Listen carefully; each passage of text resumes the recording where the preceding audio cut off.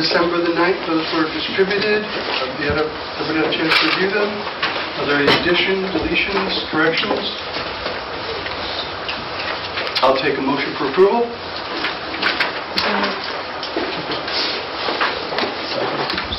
Okay, all those in favor? Aye. Aye. Chair's report. I've added this to this agenda this week, and I think I'm going to continue to repeat the process just to update the committee from time to time on things that have been going on.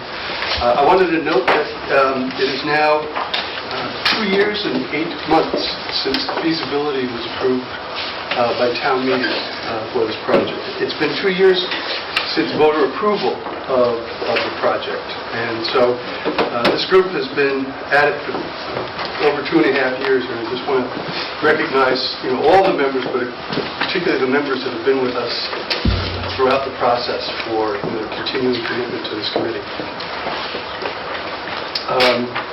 I attended the 71st construction meeting, and we're now, Jonathan, where's my friend Jonathan? We're something in the neighborhood of 74% complete at this point. Yep, 74.5, I think is Yeah. worked out to. And thus far we've expended less than 0.5% of the contingency, which at this point in the process I think is a testament to how well the committee has been managing the process. I do want to note for the record that some have said that this committee intended to spend every penny of the contingency, and I know all of you would not agree with that characterization. I think that we've always approached the contingency as a public trust, and we'll continue to do so. I want to refer to the letter from Bond Counsel that we distributed last week. We request the town manager request Bond Counsel to take a look at each of the contingency items with an eye to what could be covered by the warrant. There were 3 items the Bond Counsel identified that were not, they did not, in their opinion, fall within the purview of the warrant, and that was the potential to use funds to demolish the existing TCP school, the existing turf and track, and it kind of a head scratcher, the traffic sign for the school. So those 3 items, I don't believe we'll need any vote since we took no vote to place things on the list. Will be eliminated from the list of potential contingencies. Those items are, fast math tells me, about $2 million. Excuse me, Mr. Chair, just for clarification, the outdoor study area was not in the bond letter. Is that... Well, because it is covered, it wasn't specifically in the bond letter, but what the bond letter said was that anything that was to furnish and equip would be. And that's what they considered furnishing equipment. For instance, the turf field was, and therefore the outdoor classroom, by extension, should be. Okay.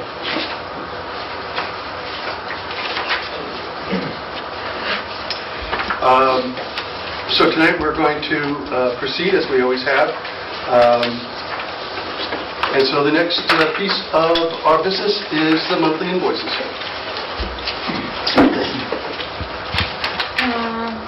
If you flip to the pages are numbered on the upper, actually I believe they're on the lower right. Yes, my package is there. There would be page number 13. The cover sheet for invoices. Okay. Just walking us through the invoices.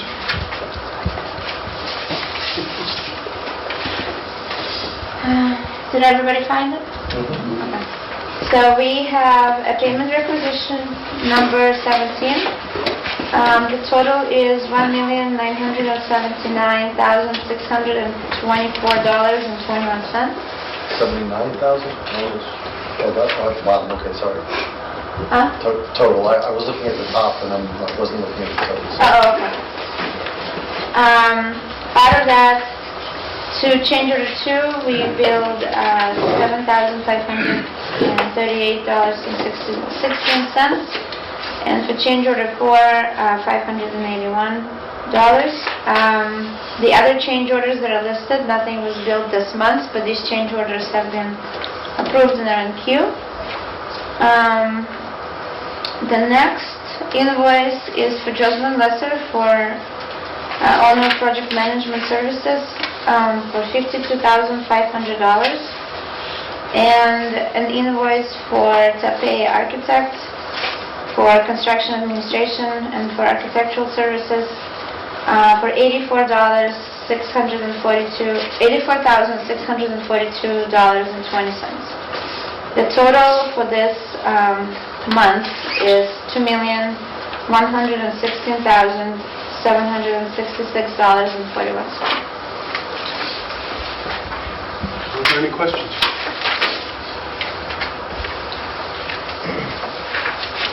Ingrid, could you just go over what those change orders are again?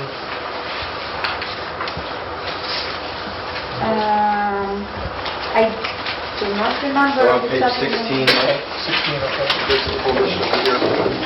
Which one? Page 16 is one of them, and 17. They're all in the continuation sheets. Jonathan, would you be able to go through the details for change order 2, for all of them, or just the ones that were No, billed? just the two that are on here. Just the two that are on. Okay, so change order 2, I'm sorry, but I didn't It's on page 4. change order 2, right? The change order 2 was related to, Is that the art room? and 4. no, these date back many months to approval. One is some final billing on the relocated electrical duct bank to the existing field lighting that had to be removed because of the new retaining wall, or had to be relocated because of the new retaining wall. Yep. And then the other was for changes to door hardware. For one was a deduct and the other was an add for doors that were revised to be fire rated. Okay, thank you. And then change order 4, that item was for some floor drain billing, and that's just a final finish on that. Looks like they were about 95 or better % billed previously, and now they've finished with the fit out. Thank you. Any other questions? Take a motion to approve.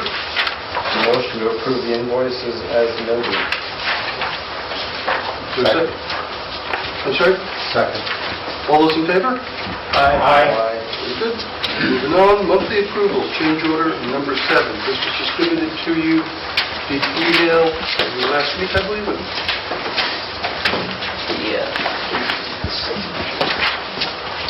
Yes, last week. Okay. Why don't we who's going to walk us through this? I can walk through very quickly. There's 4 items. Excuse me, I'm sorry, what page is that? If you flip to page 22, Thank you.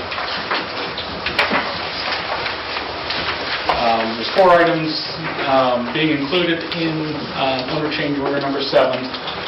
The first is our change request number 41, which is related to request for information number 352. This was a change to the mounting height of temperature controls in the classrooms. It was determined that the specified height did not meet the mass chips requirement that all rooms be controllable. And in order to be controllable, it had to be mounted at an ADA height. It couldn't be at your standard temperature sensor height. Basically, this is for parts of Building A that we had to go and relocate. Everything else in the building we were able to catch before the rough end was done. The second item was for changes throughout the building that came up from FF&E meetings. This included additional storage shelving in I guess music and band rooms.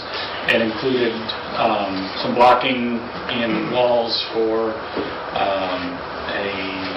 the narcotics cabinet in the nurse's station, and some additional changes to casework throughout the classrooms to better accommodate the teaching needs. The third item was kind of related to that. They were both requested in RFP 16, Rev 1. The second was broken out separately, and these were changes to the art storage room, which divided the room in two to give secure storage as well as space for the kiln separate. And that included the addition of a door, new framing and drywall, paint, and some electrical changes. The final item was CR 70, and this was request for proposals 18, which added dishwashers into the two special ed rooms, which were not in the original scope. So these would fit out with the rest of the residential appliances that are in those two rooms. So that's for the two dishwashers, the electrical, and the plumbing. So the total add for the four is $31,540. Mr. Chair, Yes, sir. two questions. First question is, in reviewing this change order, is it all or none, or can the individual line items be reviewed and approved separately?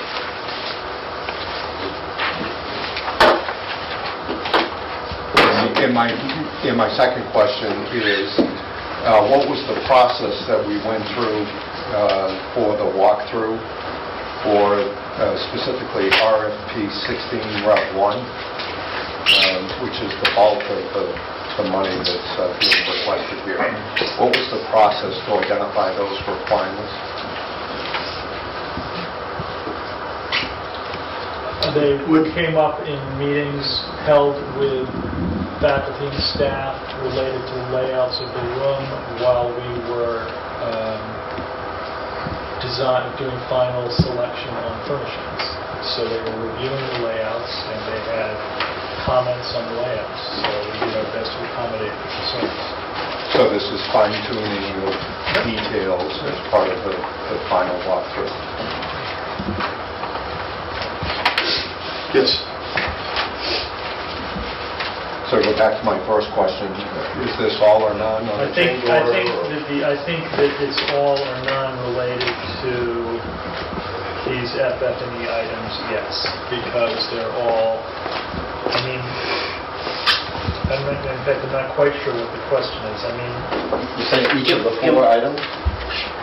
Vote on them individually? Oh, you mean the four items on here? Yes. Oh, I see. Yeah, you could you don't have to bundle Yeah. these items, They're totally but it's an efficient independent. way to do it because you don't want to have you'd have hundreds of change orders on a job if you didn't bundle the items on one Understood. change order each month. Right.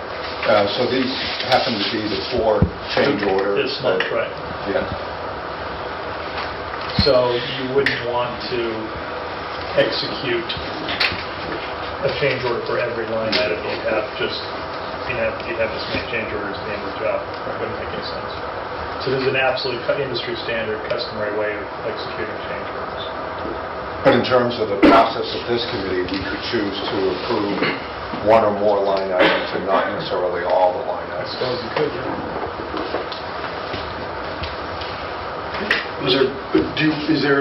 Would you like a discussion of the line items? Is that what you're looking for? I think I understand the line items. Okay. I was just looking to understand the process. Okay. So yeah, the process are In each one this of case, they're not linked, right? So, Actually, the second, third. yeah, actually are, so that's a good point. But as Charlie has said, sometimes you could have 12 or 15 or 20 items that comprise a change order, right? So they're grouped, right? So then we come with a package, and one may be, outside work, and the other might be some changes to an interior, and you can approve one. Thank you. Mr. Chair, correct me if I'm wrong, I believe these were brought up at the last Yes. building committee, so some of the authorization to proceed on some of this work was given at that time, Correct. with the understanding that we wouldn't have a formal change order to present to the committee until this month. That's correct. Any other questions? On the CR 68, are any of these items, I know we have a furniture budget, are any of these these items fall into that? I know the structural things are, Nope. none of them fall. No, the general rule is, what is covered by FF&E is if you took the building and turned it upside down, it would fall out. Okay. So it's permanently attached. Right. These are staying.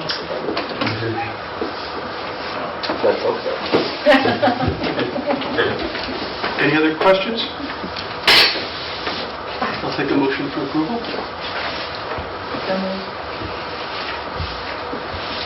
Second? All those in favor? Aye. Thank you very much.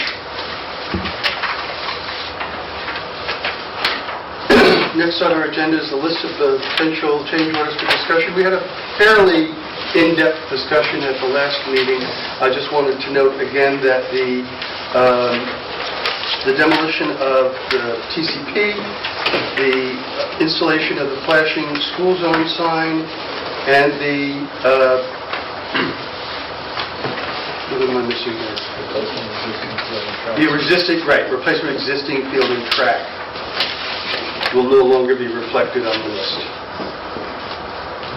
I just wanted to report on some activity around the outdoor study area, what we refer to as the outdoor classroom. We've had a very generous offer from the Powell brothers to provide the labor and materials for that work.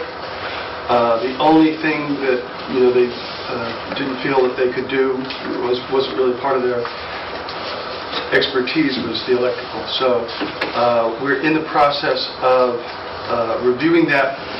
I'll tell you how this goes. Because they want to be recognized for that donation and have their name on somewhere. And through discussions, we found that the little rose compass that will be on top of the student project, which is the time capsule, is where it will go. If you want to just take a look at this, or at least this is their request. Naming rights under school policy are done first by school councils and then by the school committee itself. Last week, the high school council met and approved the naming rights of the outdoor classroom. It's now going to the school committee, which will take a vote on that next Wednesday. And I certainly support it, and I do hope that the rest of the school committee does as well. That will, it's a very generous offer from the Powells, and for a very small expense through the contingency to bring in electricity, we'll have a wonderful educational space as a result.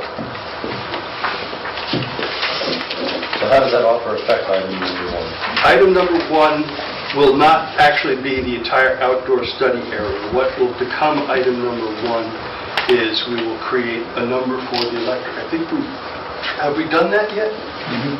Yes. At the last meeting. So that will just be, we would request a use of contingency for the electric. electric and data, excuse Right. me, Mr. Chair.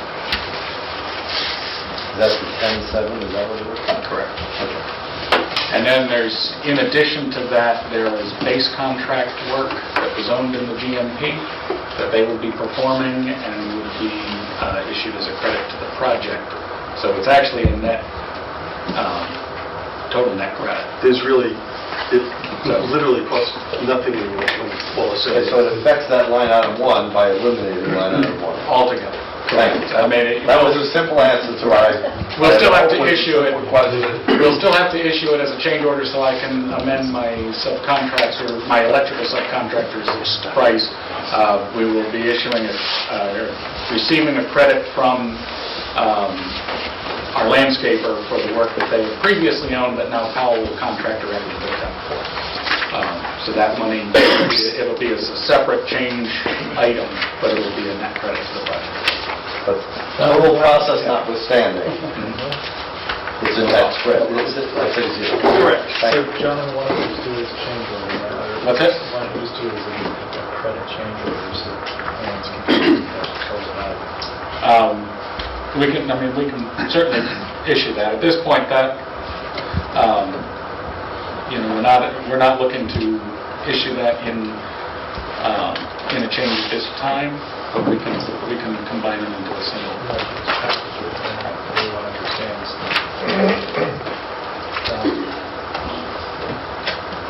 So none of these items require us to take any action at this point. And as of the last meeting, you had a list of what the items were and what the critical decision points were. At this meeting, you don't have a critical decision point. But if anybody had any further discussion around these items, I'd welcome it now. In the packet about the murals, it said one mural would actually be physically moved. Correct. Does that one have any significance as opposed to the other ones? It does. It's Okay. the large Whalum mural that's currently in the main hall of the existing high school that will be relocated to a prominent position, which can be seen from the second floor between the library and the collaborative space, between the media center and the collaborative space. Again, this item in particular came at the request of some community members and people and the students themselves, and we think that it makes a lot of sense to bring a piece of the old school with us when we go. Mr. Chair, I would say that since this meeting is being recorded for future broadcast, and people have requested that they know everything on here because the contingency items were of note, instead of asking if anybody of the committee has any questions about them, I think we should at least detail what each of them are that remain, that were not removed from bond council's, That'd be fine. We'll go through it again. So we talked just now about the relocation of the existing mural and the digital mural reproduction. Some of the things can't be moved, and so what's going on is that they've been photographed. They will be placed on a vinyl wall covering, which will then be mounted in the new building. I believe there are 3 or 4? Yeah. Plus the big one. Plus the relocated big one. Right. Could you talk a moment about where they're going to be within the building? They're going to be above the collaborative spaces, 2 above the collaborative space in the middle school wing, and 2 above the collaborative space in the high school wing.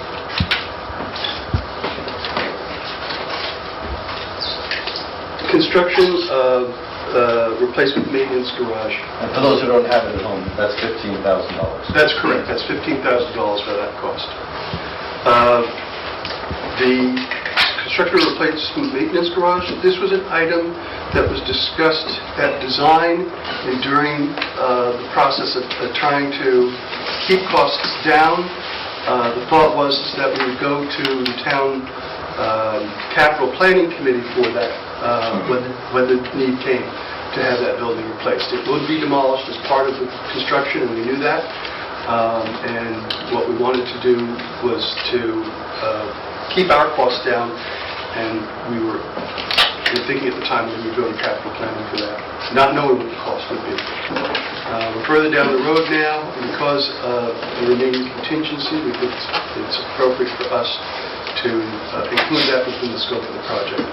And we have potential costs for that. And that cost, I don't have the numbers in front of you. $185,000. Approximate, estimated. Right, Kind that's of the a high-end order of magnitude. Right. And again, it's to replace a building that exists today, that is being demolished, that we knew because of the new building being built. So it's not like they didn't have a maintenance garage previously.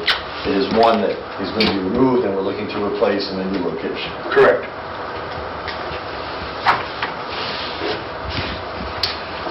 Touchscreen monitor for athletic archives. This is through discussions with alumni and former students over what we can take along with us and display within the new building in terms of awards.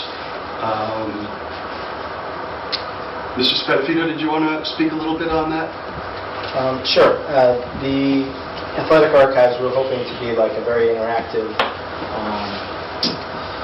kind of history of Lunenburg athletics. Being able to go back and take old photographs that we have from yearbooks, if there are any other photographs out there, and be able to literally have somebody bring their grandchild to Lunenburg High School, be able to call up their name, be able to see a picture of their grandfather, what sports they played, some of the accolades they had, be able to look back at old just history that is really hard to capture within just display cases and trophies. It's to bring things into the 21st century, and to have something like this, I think would be nice for the community going forward. And students would be photographing. We would use some of the students that we have with internships to be taking photographs, uploading things, loading them onto the website, and have it be web-based and just an interactive, a really nice thing down by the gym that's pretty centrally located in the building and can be accessed by the community. So that was the thought behind it.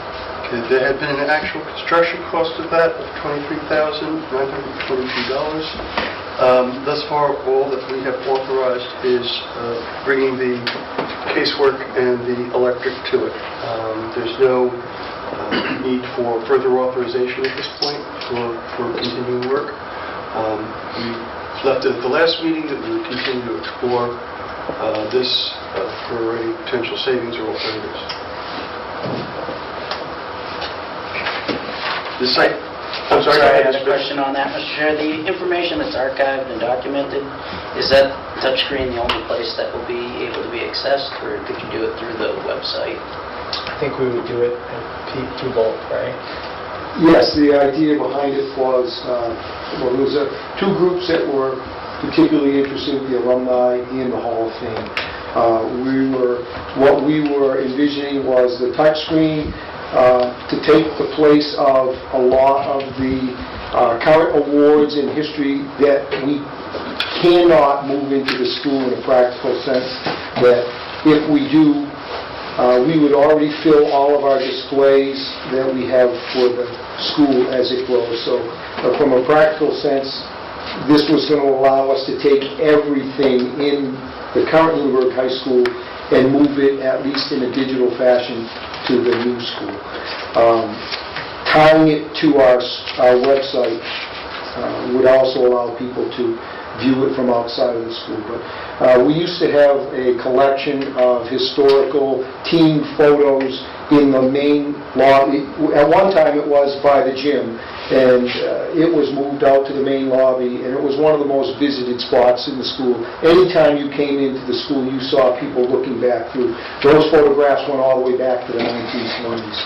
That was moved when they redid the main lobby of the school a couple years ago, and it currently sits at the Historical Society, and our hopes are to digitize that collection as well. But within that small space, we can capture pretty much the entire history of Lunenburg High School. in that small. Also, I know you can't say you can't accommodate all of the trophies and the memorabilia in the one case. Are there plans to rotate that, like every year, or to move different things in so you're not looking at the same trophies? Reconfiguration. Are you retaining all those physical things?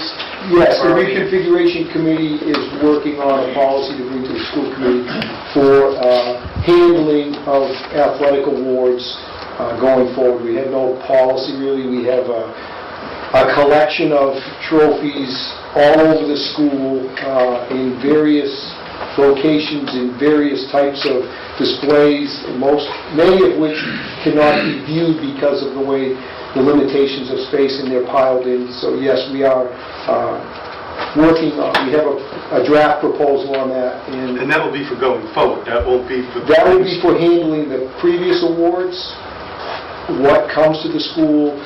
Everything will, in one sense or another, everything we have will be saved, either digitized or brought physically forward, and we have a draft proposal on what to do with them, how to display those over the next life of the school.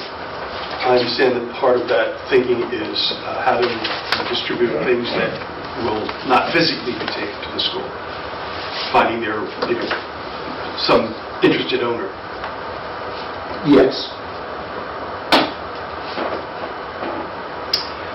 Next would be the, I'm sorry, is there any questions on the digital sign from the committee?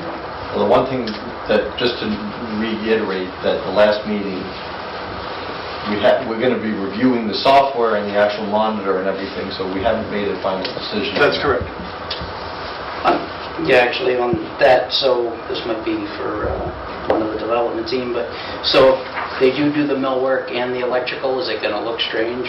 I mean, are they framing out a spot for a TV? And if we don't do it, is it going to just look like an empty spot where a TV should go, or is it recessed? Put Or a is it... blank panel or something. They put in a white panel Okay, over. so there's something that we can do to... Framed image in there, you could do any number of things. It would basically be a large display area without a glass front. So Okay. you could put something. Okay, just wanted to make sure that if we didn't, if it wasn't approved for any reason, it would just... I don't think it'll... Spot. Right, okay. The site digital sign, this was, again, the thinking behind this was a sign that could be programmed to not only provide announcements about school activities, but about needed town activities. As I pointed out at the last meeting, the new high school will undoubtedly be a site for emergency services should we experience, God forbid, the occurrence of the ice storm again, where there was a need for communication, and communication was greatly disrupted. Given the fact that the school will have its own generator, I can perceive that the school will also become an emergency shelter, and that the sign could be used to provide emergency information to all the townspeople. I think it would heighten the health and safety of the town in the process. As a day-to-day usage, we can use it to use not just school-related activities, but to announce things like town meeting, town elections, and upcoming, other important town activities and events. Because it can scroll, so you don't have to have a single statement on it. It can continue to change. And I'm sure that if it does get approved, that the school committee will develop policy on its usage. Do you have a copy of the sign information if members of the public would like to see it from our previous meeting, just so they can see what the sign looks Yeah, like? it's not the actual sign, it's examples of These are other examples signs. of, but if there's any interest, I don't know if anybody would need to see it. I'll sit down. The digital sign is, that is a actual cost of, that's not the actual cost. The actual cost quoted is for a full color sign, and we requested design for a monochrome sign. The thinking being that a multicolor sign would not be in keeping with the aesthetics of the area. So I believe it's going to be less than $62,000. Most certainly will be less. It's not significantly less. I think, again, we talked about potential 58, 56. If I recall, when we first done the preliminary pricing before being asked to investigate the full color, I want to say there was a $5,000 to $6,000 difference Right. between a full color sign and a monochrome sign. Okay. So it would be somewhere in the order of $6,000 less than $62,000. Mr. Chair, Yes, sir. just out of curiosity, I don't know who might know this answer, but would be responsible for that sign? Or would that be The school. like the principal? Is that how that works? Sounds like a likely customer. Yeah. What do you mean by responsible for the sign? Responsible for what the contents of what the contents of what the goes sign. on. Excuse me, thank you for the clarification. Yes, that would be most likely me, Mr. Santry. You feel like that really, does that help the operation? What do you see, I mean, what's your assessment? Really? An easy way to communicate with the community, just be able to get someone on that sign, scroll it out half-day, bring it dismissal, MCAS. Not have to worry about weather. Right. We're still saying happy holidays outside right now. Right. And a lot of times students have to go out there to change it, and if they forget, don't get to it, it stays up until I can get out there and do it. Thanks. If I may, Mr. Chair, it's people in town want to be communicated. And there are so many events that happen in the school on a daily basis, on a weekly basis, that is one way that everyone in town driving by every day can be communicated with. And it's a very important part of the facility. So, I thought that might be the answer. I just wanted to hear it. Thanks. Would there be a policy regarding that as far as no advertising or? if As I the said, police- I'm assuming that the school committee would have a say in the policy of that. That's an answer. We have signs already that are in practice. We put up the labels, but there is procedure around that, and we have a policy in place. There is a policy. Regarding advertising or the prohibition of such without special kind of action by the school committee. Okay, thank you.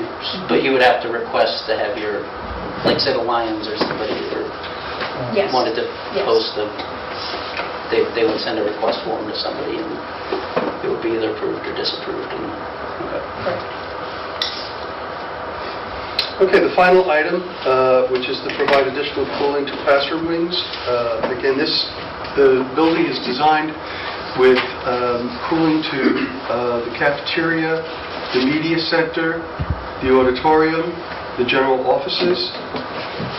During value engineering, we removed the air conditioning to the classroom to reduce costs going into request for town meeting. And again, when we saw that the bids came back lower and we had the ability to revisit it, we believe that it was a good use of contingency to enhance the educational outcomes. I met with the PTO on Monday to update them on the construction, and they were completely in favor of it. They were telling me stories about, early days in hot classrooms in September, many years, or difficult days in June in very warm classrooms. And we think that it would enhance educational outcomes. We're particularly concerned, of course, about some students that will have special needs that would accommodate their needs much better if the building would have the cooling in the classrooms. The cost for that is $500,000, and that's an approximate cost. It has not been designed or costed out yet. Now recall that this is just for the compressors. The building was designed because we said, well, we couldn't afford it right now, let's take a look at making the building capable of taking the compressors if the bids came in at such a point that we could afford it. As you know, the bids came in $2 billion lower than what the design estimate was. That $2 million was added to the $2 million of contingency that made the $4 million. That is the current official contingency. That's the way the MSBA structured it, and that was what was signed off on by the committee and by the Board of Selectmen. And that's it for the contingency. So, Mr. Chair, just to be clear on that, we've authorized additional spending of $6,600 for the design work. That's correct. And when that design comes in is when we would take a final vote on the full cost. Correct. And that's expected to be in early March time. Correct. Thank you. And for the previous one, I should note that we authorized the running of the electric for the digital sign because the electricians are there and the work needed to be done now instead of before things get sealed up. So the electric work for the sign, not the sign itself, is approved. Correct. So people are aware. That's correct. And I would like to take this time to say that given the items that were removed from the contingency list due to bond counsel's opinion, and looking at what we have left and what we've already authorized, is approximately $1,050,000. That's if we did everything on here. Correct. And that would be 1/4 of the contingency, 25%. That's That's correct. if we did everything still on this list. That's correct. Everything that we've talked about so far. So far. So far. Well, I don't think that I'm saying everything on it. I don't think that we're expecting that we'll be looking at additional owner requests at this point. If there is anything that comes up, it will be, a site condition, or error or omission. And I think given the fact that we are 74% complete, it's less and less likely that we'll be seeing those kinds of items. And just additionally, one of the items, the cooling, is basically half of that. Half of the $1 million I was talking about. That's correct. Okay. Mr. Chairman, I have one more to say. Just hold on. I wanted to talk about the turf as a final thing, and we've asked Mr. McAuliffe to give us a background and why that request has come to us. Can I go back and just make a clarification Sure. on the cooling? I'm just reading from the information that TAPE received. Just to be clear, it's not complete air conditioning. No. Since cooling capacity will be limited and will not provide full air conditioning since the available airflow is limited in this space. The system will only provide partial cooling and dehumidification for the spaces served. I just wanted to clarify that it's some We cooling can't get it down to 60 dehumidifying. degrees. We're not air conditioning it exactly to 50 degrees. Okay. So just for anybody, It will take a 90-degree day down to a 80-degree day. I hear cooling and I think air Right. conditioning, and I just wanted to make sure that the public was aware that what we're talking about is, Thanks. Not air Thank you for that clarification. thank you.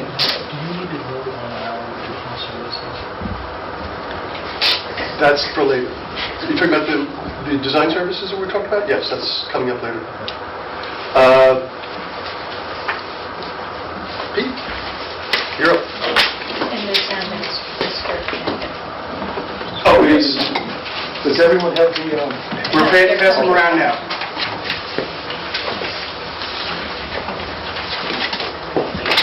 There should be 4.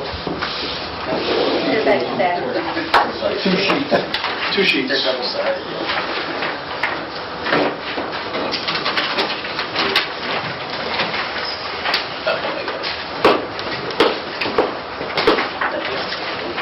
One thing to that, one thing to this.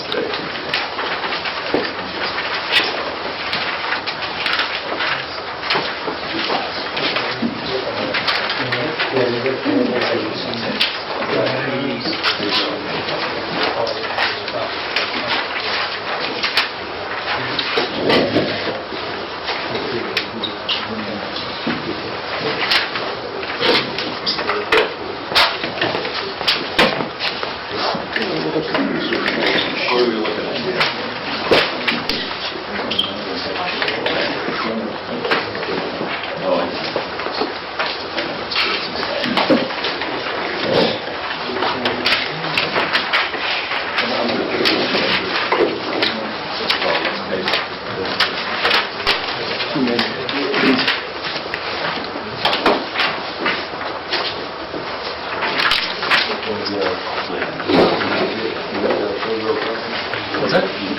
Yeah.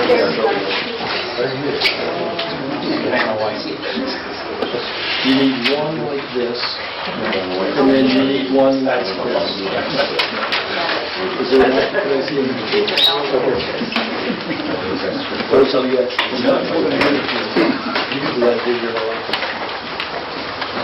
I'll try not to be too confusing on these. Excuse me, sorry, just for the public, there is a rendering here of the fields, just so you know. Great, because I'm going to need that. As we move and open the school next fall, our athletic program is going to look nearly identical to what it is now, because our new fields, regardless of what they are, will not be in place yet. In the fall of 2017, we will add middle school sports to the majority of our programs. Currently, we have 3 football teams, 4 soccer teams, 2 field hockey teams, a golf team, a high school and middle school cross-country team, cheering at the high school, and the golf team at the high school. Now, cheering and golf will not impact us in either way because both of those programs are off-site and don't use any of our fields. When we go to 2017 and add a middle school football team, boys and girls soccer teams, and a middle school field hockey team, our already kind of crowded athletic fields will be a bit more difficult to manage. But certainly as we add fields, there's an opportunity here to take care of not only the school programs, but also our town programs. This year and next year, in the fall, we will send our high school soccer team off-site to practice. Our LISA, the majority of our LISA program is off-site. They travel to Devens for their games and their practices. What's LISA? LISA, Lunenburg Youth Soccer. And our part of our youth football program practices on baseball fields and other locations in the town. And part of our hope is that we could bring all these programs back to a single site, which has appropriate fields to play on. As we constructed the new school, we lost not only our game field that we played football, field hockey, soccer, and lacrosse on, but we also lost a large area that was the main practice area for not only the high school teams, but also for the town teams as well. If you turn this over to the other side, which has a single spreadsheet that shows the participation levels on our teams as we would expect them to be in 2017. So pretty much on a daily basis, we have nearly 1,000 participants doing everything from middle school cross-country, football, soccer, field hockey, marching band, youth football, and town soccer. And that is, as you can imagine, scheduling something like that on 4 fields in a practice area is not a simple task. If you take a look at the schedule here that shows practice, I took the liberty of naming our new fields for the purpose of understanding where they're located. If you look at the diagram on the board, at the very bottom, the first field you see that is adjacent to Mass Avenue is aptly named the new Mass Avenue field. It's currently 2/3 complete. When the project is finished and the school driveway is adjusted, the field can be completed. We are currently using that for soccer on a limited basis because the size of the field it is. And we need another 20 yards to make it a field that we can use for high school games, etc. But it is a beautiful field. The LHS Stadium field, if you look at the large area where the high school is presently located, from our view here, that would be the half, a little more than half of that area that is on the right-hand side, because that is where our new bleachers and everything is going. The left, less than half, is an area we've identified as what can be both a practice field for our high school teams and potentially a game field for our junior varsity and our town teams, middle school teams, etc.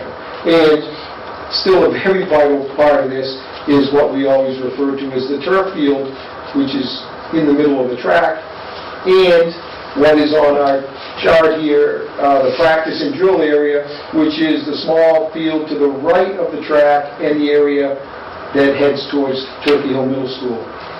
Those areas we use for football, because football is very hard on the field when you're doing drills, pushing sleds, and the type of activities where they're in one spot chewing up the grass.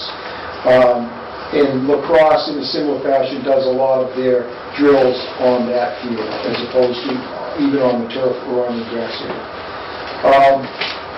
With 4 fields, I guess what I'm proposing is that we at least keep on the table the idea of artificial turf for 1 or 2 of those fields.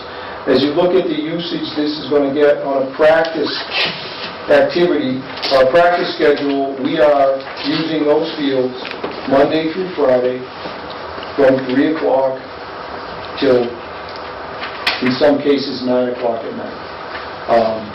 Between the high school, middle school, and town teams, giving them the fields that they acquire. We can do it, and it becomes a lot more problematic when it rains. If we have new grass fields and it rains, we are not going to go on those fields and tear them up in the rain, and that reduces our opportunities for practice and for games in that fashion. If you go to the other side of that chart, this is pretty much what a week would look like in the fall at any point, the number of games that we would play, and how we would get our teams in for games and practices on those fields, assuming that we have access to all those fields on a Monday through Friday basis.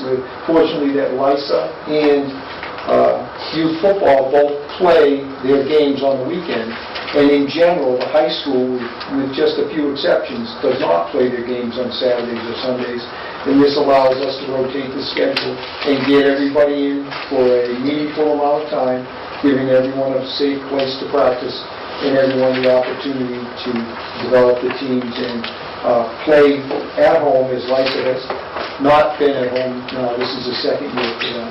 And I won't guarantee them the same field every day as schedules change and bumps, but it gives us a place to move people to that's appropriate to play. Now, if we use that schedule and practice on those grass fields every single day of the fall, and we have 3 grass fields and we can't give them any relief, those fields are going to look like our old fields did in a very short time.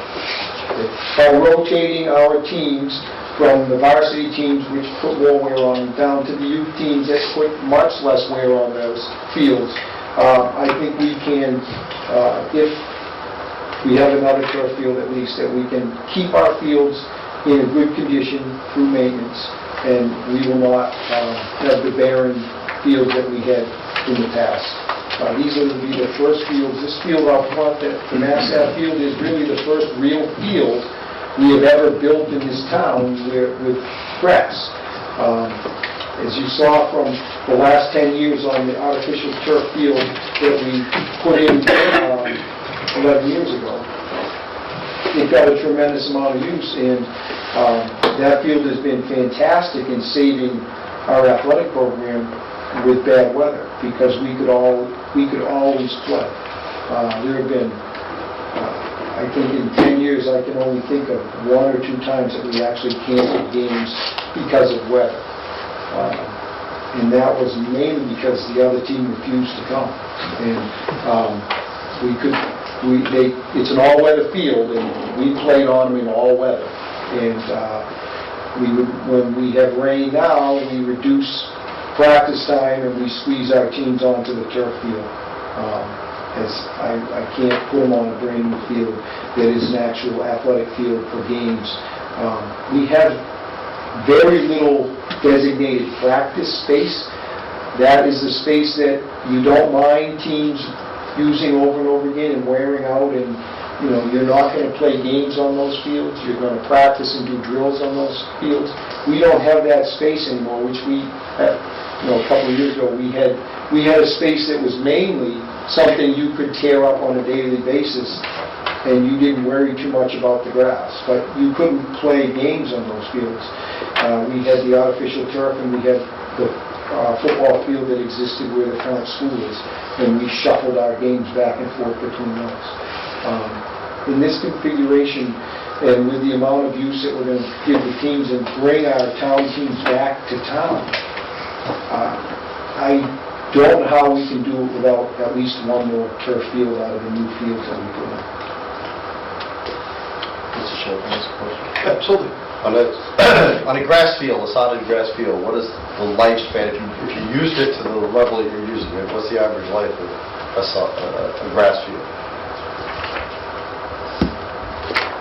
And you don't want to weigh in on that. That all depends on the type of maintenance that you do on the field. You have to have a turf management program, you have to fertilize that field, you have to cut that field, and you have to make sure that you don't go on that field when the weather says you shouldn't go on that field.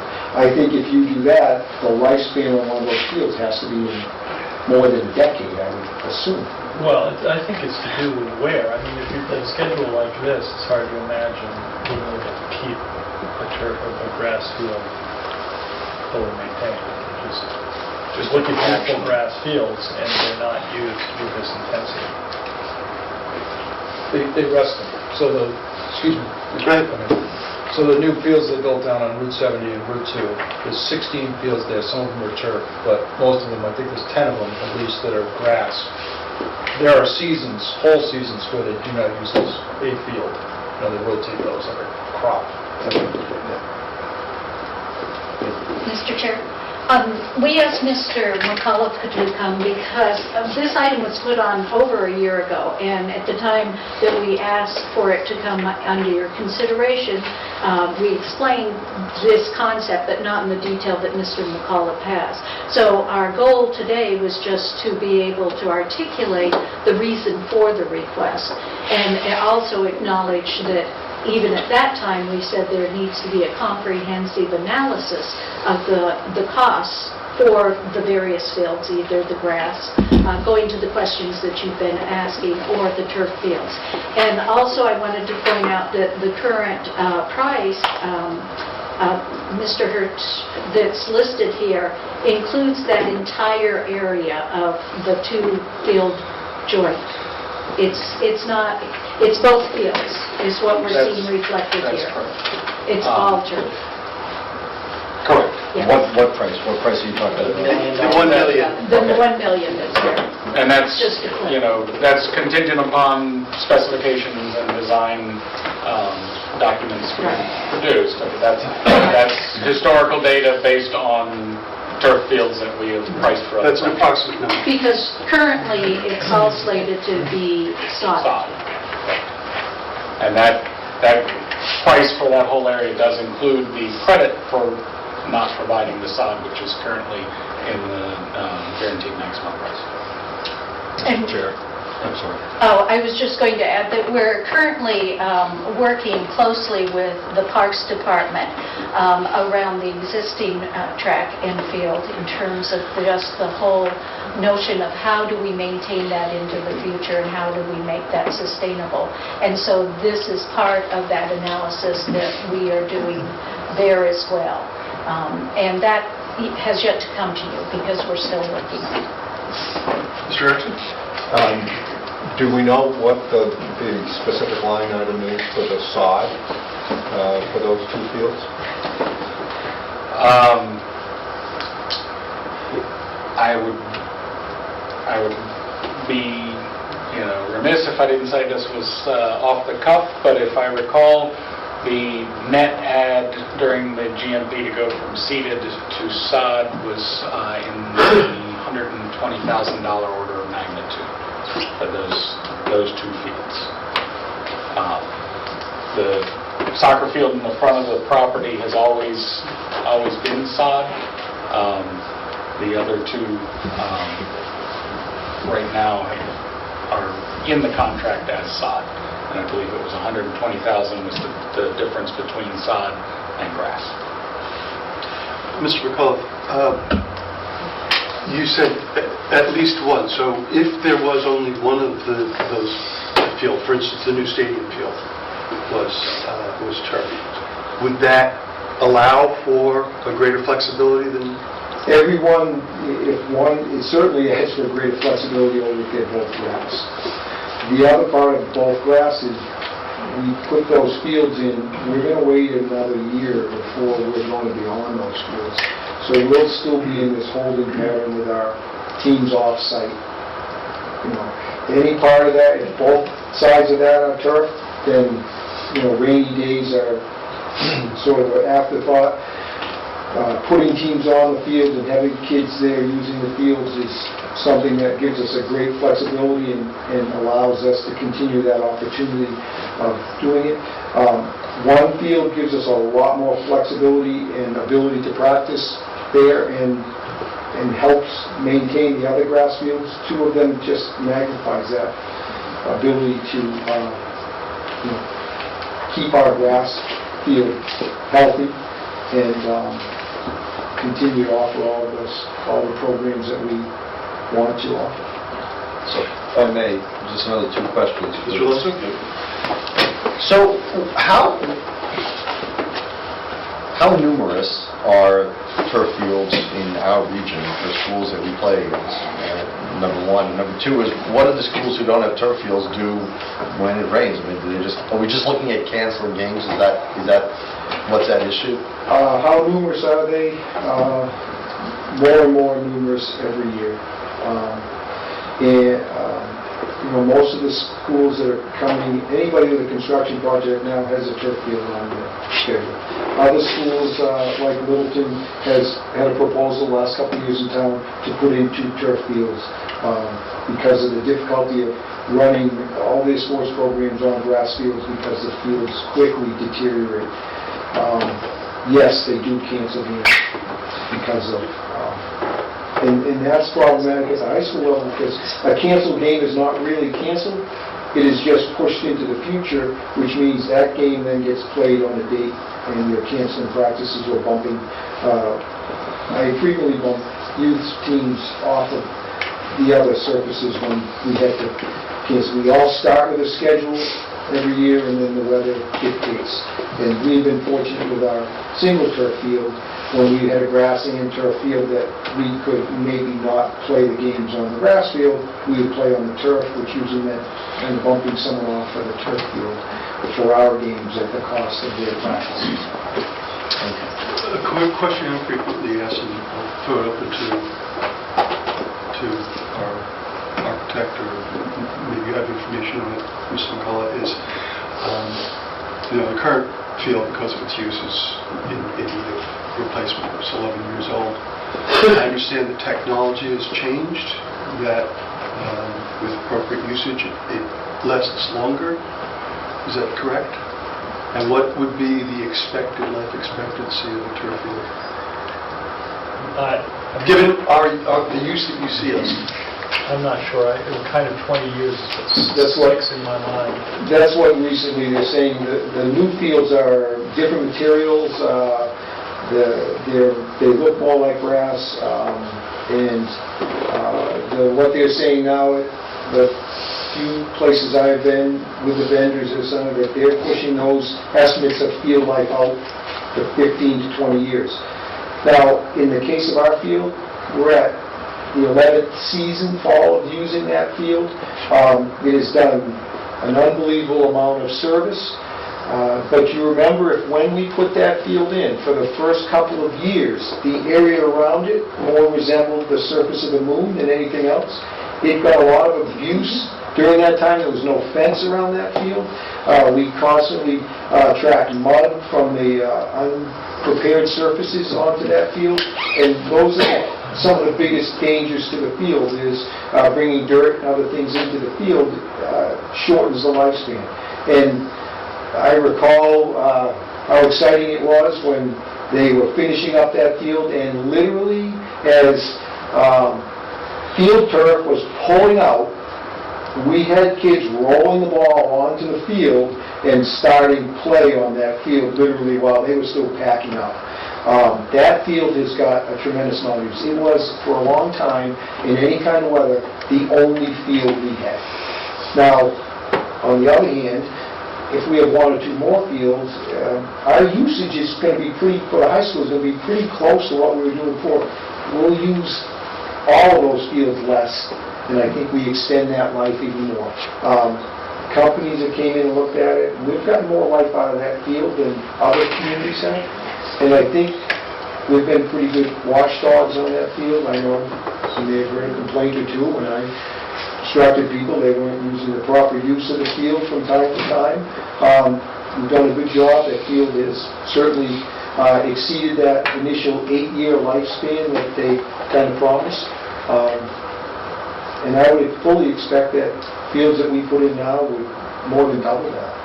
And by not having just one that will get the constant use and be able to rotate, not just us, but the town teams and such on those fields, I think we can extend it even beyond that. I think the companies fully expect that when we put in a turf field, it's going to get close to that 24/7 use out of it. And it's not just our sports teams, our gym classes in both schools, that field is in heavy use from 7 o'clock or 8 o'clock in the morning till a lot of times till 9 o'clock at night. I can confirm that most school budgets that can do it are putting in turf fields across the Commonwealth. So it is, and a lot of communities are doing their own, recreational soccer field and football field projects when they can as well, if they can get the funding for it. Just because everyone sees the same pressure, and everyone has the issue of the shoulder seasons. Nobody can play in the spring either because it's too wet. They have grass fields. So it certainly seems to be the way the world is moving. For good reason. I mean, you can't... I don't mean to talk over you, I'm No, sorry. it's okay. It's very hard to maintain a schedule like this without... Well, I mean, listen, the thing that you mentioned is the one thing that's, of course, the only obstacle, I think, in everybody's way here, is like, if you have the funding. I don't think there's anybody in here, given that presentation, that would say, no, you know what, even though we can afford it, we don't want it. I mean, it's just a matter of, we're faced with a field right now that we have to look at replacing, that we don't, in order to put these things in, to me, that have large price tags and need to be replaced, you need to have mechanisms when you put them in, how you're going to replace them. So to look at putting one in when we have one that we're still looking at figure out how to replace is a stumbling block. I don't know that it's not overcomable, if that's a word, but I mean it's certainly an obstacle.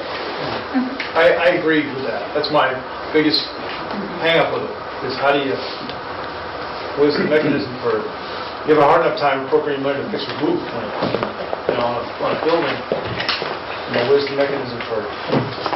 It's hard. And that's why we're asking your patience, because we are working through that and just asking that this not be removed at this time to give us the time to continue to put together the proposal that answers all the rest of the questions. Because there's the questions about what's the lifetime costs of these. You have to factor in what's it cost to water, if you have water available, to maintain your grass fields as well. So all of those factors we want to do a careful analysis around and come back before you're asked to make any final decision on this. Mr. Chair, a couple of questions. Is that $1 million just to upgrade to artificial turf? So say that was taken off, would we still get grass fields under the... Correct. We get solid. We're currently in the guaranteed maximum that we have with the contractor, it's sod. That was to save us a little bit of time in the growing of the new field, because originally when we were, again, doing some value engineering, we had done it with just a seeded field. And when we came down to, doing the finals, because of the cost of us transporting students to various places to have their teams, the cost of that versus the cost of the sod made sense for us to do the sod. It was actually cost savings for us to do the sod on the operational side. And then along with the sod comes more maintenance. I know Mr. Londa had spoke to that we would need to buy some additional equipment. And I know that it's proposed that we add another maintenance person just to maintain the fields. Do you feel if that person's added that would extend the length of turf, or not turf, but of, not artificial turf, but sod, right? Would that extend the life or be able to keep it? The maintenance person I proposed adding was not just to take care of the field, but also take care of the building. Right. Because we have a lot to take care of. Right. And with them going in with sod, they obviously start in a much better place, but you still have to do all the care for them, which is be able to take care, do the fertilization, lime, the frequent cuttings that they need, and our experience just in this past fall was we were really not used to the kind of care that they were going to take. We were trying to cut them once a week, and they were growing so fast they wouldn't be cut twice a week. And initially, we were just a little surprised about that. You have to obviously irrigate them, and then you do need people that are licensed to do things like apply pesticides or herbicides. We've had somebody in the past, but we currently don't have someone. So that's the kind of person that I'm looking to bring up to add to the staff. Is somebody that can work on both buildings, also maintain equipment, and also take care of field. And so it would be somebody that would have a pesticide application license, would be able to, was very, very familiar with turf management practices to take care of the field, and also to work on our buildings. Thank you. So a turf field wouldn't eliminate this person, the need for this person? It doesn't, because the number of hours needed to take care of the field is a small percentage of what they would need to take care of across the whole district. The buildings take up a lot. So correct me if I'm wrong, we're adding the school, but we're taking the school away. So why do we need more maintenance staff? We've reduced since, we used to have 4 maintenance workers. In 2008, we essentially slashed our maintenance capability. We went down to 1 maintenance person and and a utility custodian, which we use that person to take care of ground. So we are trying to rebuild our capabilities to take care of our staff, or to increase our staff. And the other reason is, realistically, the level of maintenance that was going into a building that was going to be demolished, or the building that we were going to be turning over for other potential uses, reduced our requirements for maintenance, because we just didn't do it, because we were going to demolish the building. So there were a number of factors that were driving that: budgetary constraints, and the fact that we were going to be demolishing a building had reduced what we were going to do. But what we needed to do was a lot of things that have long-term impacts, which is things like painting, things like that, cosmetic that we just don't do. Those things are still needed. And because of budgetary constraints, I'm serious doubts that we're going to add another maintenance person this year. We are going to look at adding custodial staff to take care of them. Side trip to school committee work, but okay. Well, it's quite possible. Well, can I just say that, we see the intersection of long-term O&M with the decisions this board makes. And that's really important. It's difficult to get our hands around, but, I appreciate that you're putting together those numbers on long-term O&M, because I think it drives people nuts in town when you pay for something, and then even if it's just perception, but you fail to understand the long-term operational costs. So to the extent we can do that, just adds to the conversation. Agreed. It's important. I mean, I understand it's not necessarily exactly in the purview of what we're doing here, but it really is, I think, so. Any other questions on this topic? Thank you, Mr. McCullough. Thank you very much. The next item is a reconfigure of the parking lot at Passios. As you know, that the original layout left the existing parking lot adjacent to the Passios building under the assumption that it could be used as additional parking, in the count for parking for the new school. When we designed it, some of the concerns was were we providing enough parking for the building. With clear understanding now that we now have lines, potential property line or suggested property line for the Passios that cuts into where we thought that parking was going to be located.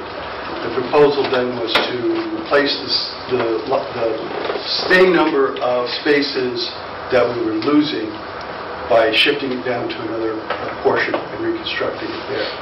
Did I capture that fairly completely? So this is not to increase the parking, it is to keep our count as it is while we split off the Passios property. And that comes out to $250,000 as a construction estimate. Although we were told that would be... That's a very high... That's a very high estimate we were told. There is no design. Right. There is no design. Again, there's no design, there's been no engineering valuing of it, so this is a kind of a per square foot kind of It's a real thing. placeholder. Right. How many parking spaces could we You're losing 30, so somewhere between, somewhere around 30 is what you would need in order to... 30 spaces.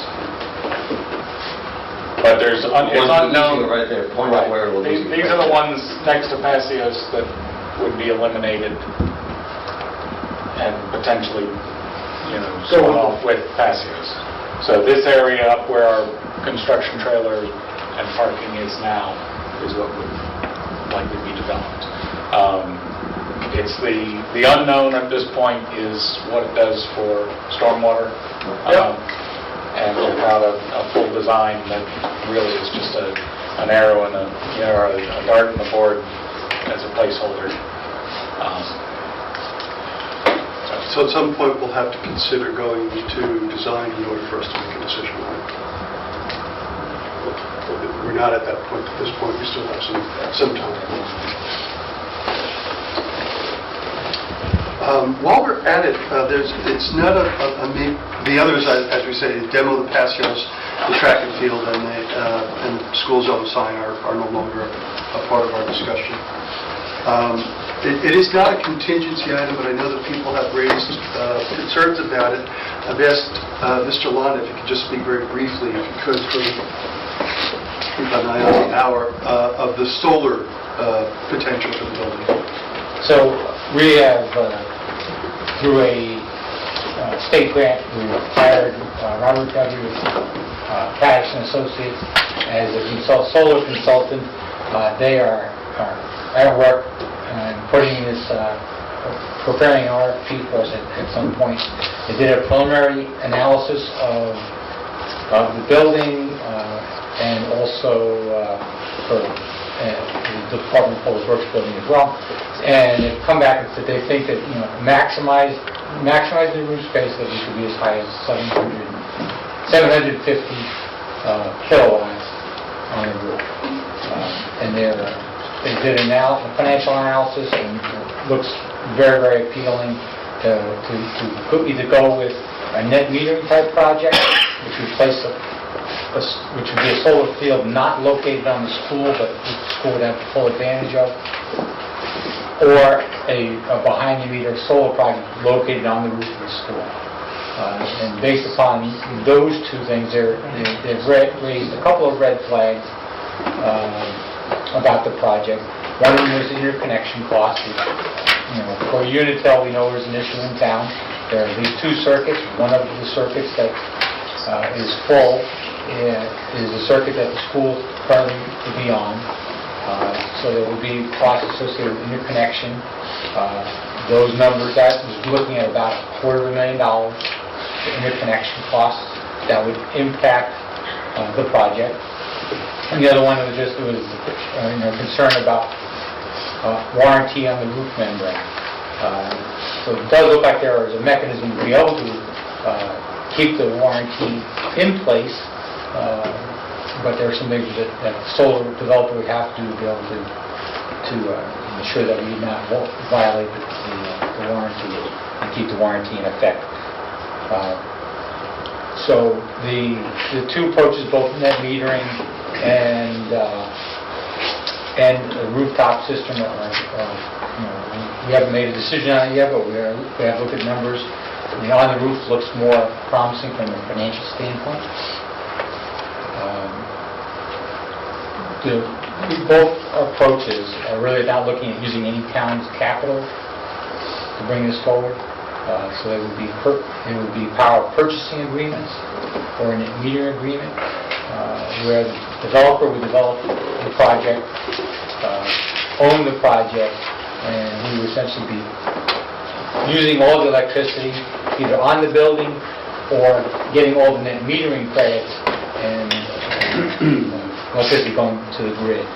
So those are the approaches we have where we're not owning it. We are getting the benefit of it.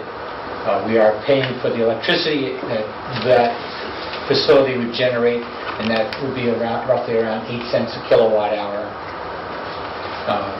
which is substantially less than what we are currently paying. We're paying somewhat less than 12 cents a kilowatt hour, so it's a savings to us on that. If the solar array is sitting on the building, we will also get some distribution cost savings. Net metering also allows us to take advantage of that as well. So it looks very, very financially favorable to do. Like I said, we do have the two red flags that we have to work through, but I think that our approach is, to have the solar developer incur all the costs for the internet connection, and those get passed on to us. So whether the costs per kilowatt hour we pay for rises from 8 cents to some other number, this is a 20-year contract that we're proposing. It will give, if it goes through, it would allow, I think, any residents that had solar on that one circuit a chance to interconnect as well. But we would be essentially doing the upgrade for the circuit to be able to allow us to go forward.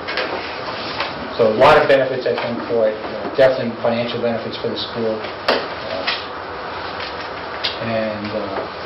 So we'll continue to work with the consultant.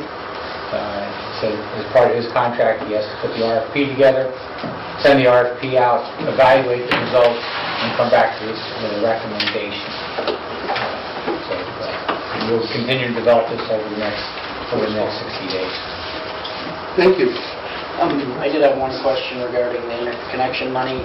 That money would go directly to Unitil. We would give them, or not the town, but however those funds were The allocated. sole developer would pay for those costs. And We would have to incur those costs over the 30 years, but that money would go directly to Unitil to pay for their grid upgrade. Okay.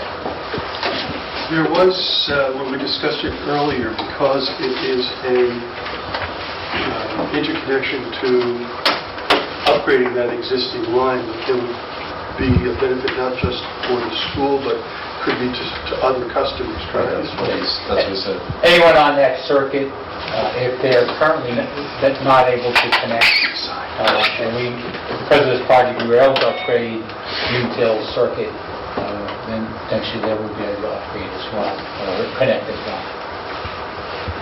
Mr. Chair, I would request also that, we're working with a consultant to see what the cost of owning that is, because if you own it, although it would require capital, there'd also be the benefit of the sale of the solar RECs, and then the cost per kilowatt hour goes from 8 cents a lot lower, probably in the range of 2 to 3 cents if you own it. So there may be benefit to doing that, although it would require, of course, going to town meeting and asking for that But it would be good to know what the cost would be, because I think the cost benefit might be really quite different in school. Again, this is work that's being done separately by the school committee, so Right. that recommendation would be Well, brought back to the school committee. only because he brought it up. Right. I'm not going to make a special trip to the school committee this I will make sure that is communicated to the school committee. Thank you. It's only on the planning board.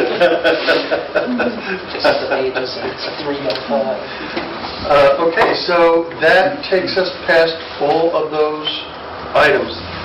Now, there is an item that is not on the agenda. I would ask for the will of the committee to proceed on at this meeting, and that is there's additional design. Inga, correct? Additional design you asked us to take a look at? Right, not additional, the proposal from Tapé at the last page of the package, that's the finalized cost for $6,600. That is to design the added cooling. Last meeting, we voted on a range, it was from 5,000 to 10,000, and now we have a final proposal, and we're asking you to vote on this amount so that we can execute an amendment to the contract As to you be built recall, again. as you recall, last meeting, we had a kind of a range that we said to proceed on, and what we're looking at now is the actual number. The very last page, number 20. Page 26.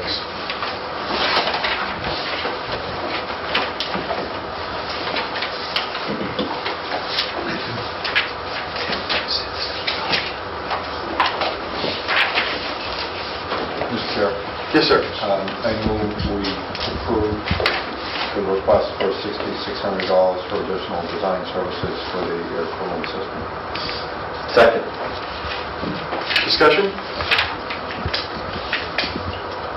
Would there be any more design, or do you anticipate any more design costs before the project will be voted on? Or For this particular scope? No, this covers this whole scope. okay. Any others? All those in favor? Aye. Opposed?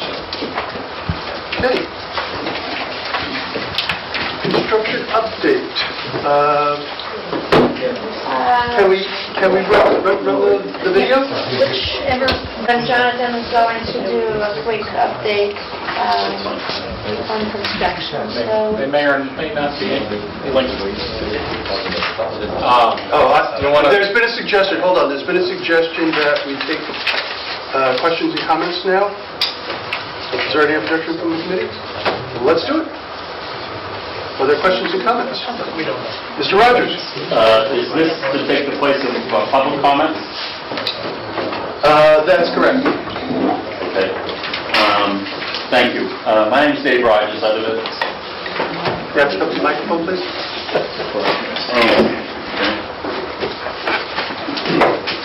All right. Excuse me for having my... My name is Dave Rogers. I live at 82 Highland Street in Lunenburg, and I appreciate the opportunity to appear before you. I would be remiss if I didn't, first of all, thank you for your time and efforts on behalf of the community, because I know how long and hard you've worked to do this. I felt it important that I come before you to explain some things to you, because I was home watching the Selectmen's meeting a while ago, and it was brought up about the contingency fund and some things, and I began to do some research, and I then appeared before the Board of Selectmen, and I expressed my views, which is very uncommon for me. And I used the word transparency, and frankly, some people have taken me to task for that, and thought it was that which you find in the bottom of a stall where you would have a bowl. And I wanted to explain it to you, okay? I did some research, and I went to the town clerk, and found that they were 4 months, that there were not any minutes of this committee's meeting, okay? That has since been taken care of, okay? As an aside, everybody should know that once meeting minutes are approved, you've got 2 weeks to submit them to the town clerk, okay? So that's why I did that. I further did some research and tried to find more information. And I don't propose to be a technical expert. I'm certainly not. But I went through and I found what the information was for the school building committee's minutes and agendas and that sort of thing. And I was also sent to a page that I needed permission to access some things, and this is the part that really got me. You will receive an email if and when the owner of this item approves your request. Well, I saw red because this is America, this is Lunenburg, and this is supposed to be open.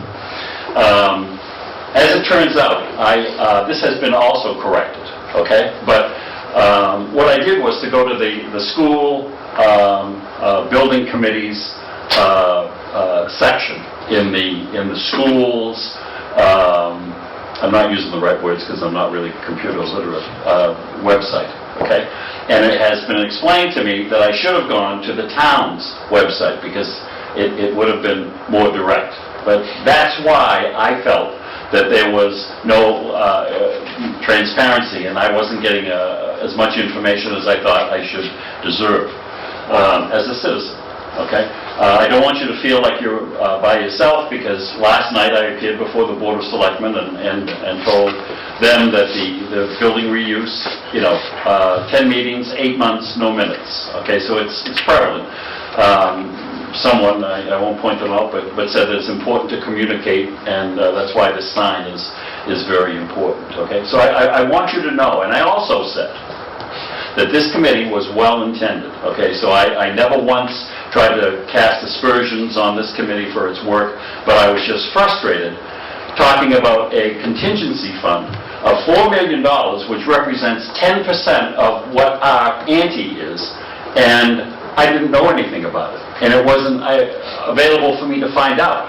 And by this discussion here this evening, it's apparent that in December, there was great discussion about this. In fact, a list of contingency expenses were discussed. As an aside, I have to tell you, I watched with great interest the town manager, who I think does a great job, come up with projections for the town for the next 4 or 5 years where we're going to have a deficit. So I'm saying to myself, a contingency fund for me is an oops fund. Oh, we forgot this, we need this, and that's where it comes from. And just because we have $4 million in a fund or thereabout doesn't mean that we have to spend it. Okay? That's where I'm coming from. Okay? And when I'm repeating myself, but when it's 10% of the total, I said, this is unbelievable. And that's why I got involved. So I hope you understand now where the word transparency came from and what I intended. Okay? Very frankly, I'm concerned and disappointed that we didn't have an opportunity to comment while you were going through all of the various line items here, because I had questions. I'm sure maybe some other people do, but I'm going to have to take some time to ask those questions now because they're of concern to me. With the turf fields, so-called, have we provided for lights? Yes. We have. Okay. I understand and I guess I support, the sign out front, but I want people to understand, okay, that we do have a reverse 911 system in this town. And in an instance, we can communicate with people, and we do have portable signs. So I don't think that you can ever communicate enough, so I think that that's important. But I don't want people to think that we don't have anything, because it was brought out that one of the main reasons was that we could communicate with the town. And we can. It's just an adjunct to it and an add-on. With regard to the cooling system, so-called, for the classrooms, I want everybody to understand at home, if they don't already, because you folks certainly do, that there are very strict state standards with regard to airflow and cooling, or not cooling, but transition of air. And the word, I think, is airflow and exchange, okay? So it's not like we're not conforming to the standards of the state. This is something that would be nice to have, okay? And I understand that. So I don't want folks to think that we're not taking care of the students the way this property is being built, okay? I really didn't understand, and that's why I asked to be heard, about Tom's financial recapitulation. And I think it would be important for us to hear that again, Tom, with specific regard to what's the net difference here? We're starting off with approximately, $3,750,000, and with all of this, we're going to end up with X number of dollars, and that would be important to me. What I said at the time, do you have this sheet? No, sir. No, that's fine. That's okay. Go ahead.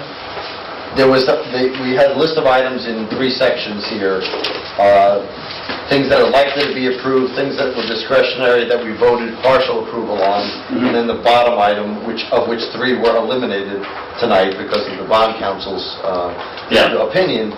So after the second one about things that were likely to be approved and the ones that were we voted partial approval on, I made the comment that those 2 items, those 2 subcategories totaled about $833,000.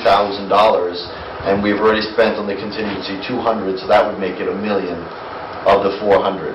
And then, so there'd be it came down to the total. $3 million left? Right, then it'd be down to the total discretionary items, of which are left that weren't removed today would be 1.2. That would be the artificial turf and the reconfiguration of the parking lot. Those are the only 2 that would be left in the, apart from, again, things that were not foreseen, some of the small changes that we've seen about ADA heights of thermostats and things like that. Okay. Thank you. I appreciate that. I'm going to say something now, and I'm probably going to offend some people, and I honest to God, don't mean to offend you, but I'm going to say it anyway, because I know you work hard, but this is how I really feel. We go through this procedure to plan, organize, direct, go out for bid, and all of this stuff for the school. And it's a town function, and everybody comes in and they have their 2 cents worth, and more than 2 cents worth. They work very hard, and from that we create the school that we're going to have, which is going to be beautiful, and it's going to be a real asset. Okay? All of a sudden we have $4 million, and for the sake of this discussion, we've got 15 people deciding where it's going. 8, 9. I'm being generous. I don't know, I'm just... You understand? All of a sudden, the whole town is involved, and we vote on it and all of this, and I know you're well-intended, but who says this is what we should be doing? Okay?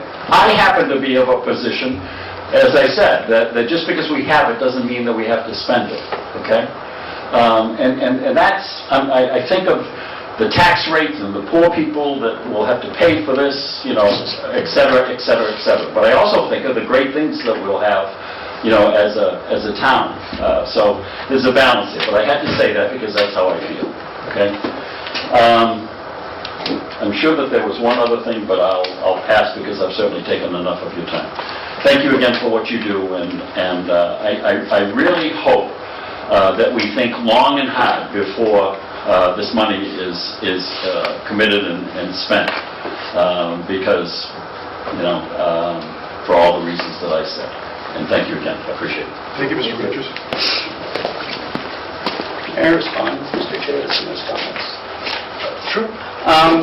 I joined the committee in June, so I did have some catching up to do, and I did search out information on my own. I met with the superintendent. I met with Mr. Wanda. I think a lot of the information that is on the public schools that I did look at is not inaccurate, but it's a little outdated. There was a frequently asked questions section regarding the public forum, and just questions and answers through the school department that related to a lot of these items. And it was provided before construction started according to the dates.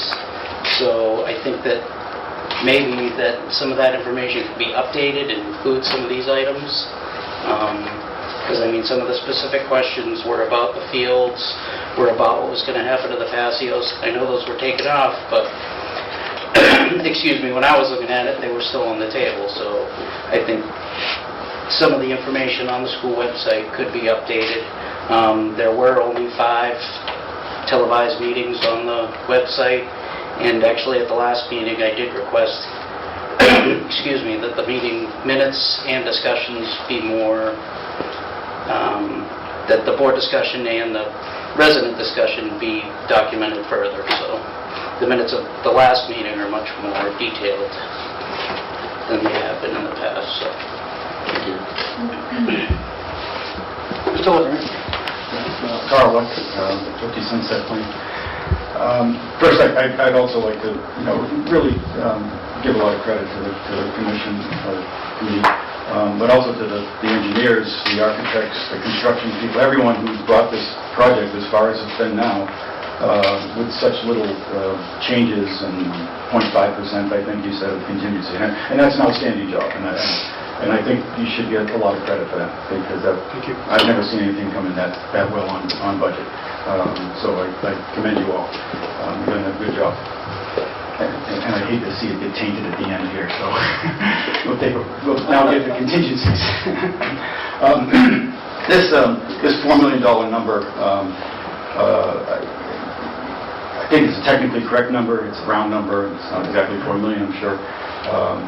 But it's my understanding that if we held to what the town believes they voted to for the $72 million project, that the town was expecting to pay $36,748,000. That if we held the town's contribution to that amount, that there wouldn't actually be $4 million of contingency. So my first question is, how much contingency would there be if we don't ask the town to pay more than they were expecting to pay?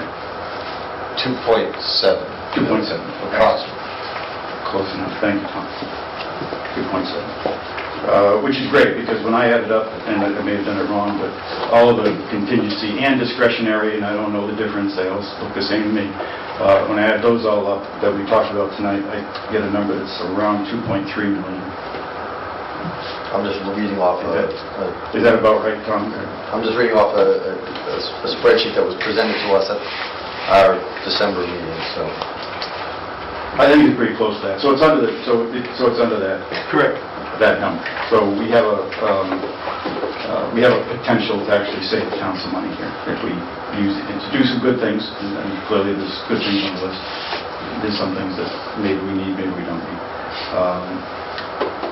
But I'd like to get out of this $4 million world, because that, I don't think that number. And I was encouraged when I was at the December 9th meeting that I thought that the committee was pretty well set on not asking the town to spend more than the $36 million that they voted.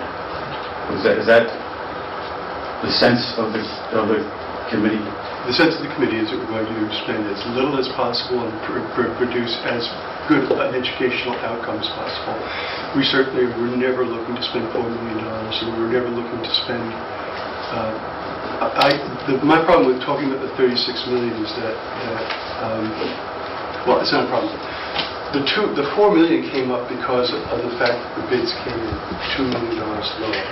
The MSBA had to put it somewhere, and so they put it in the contingency.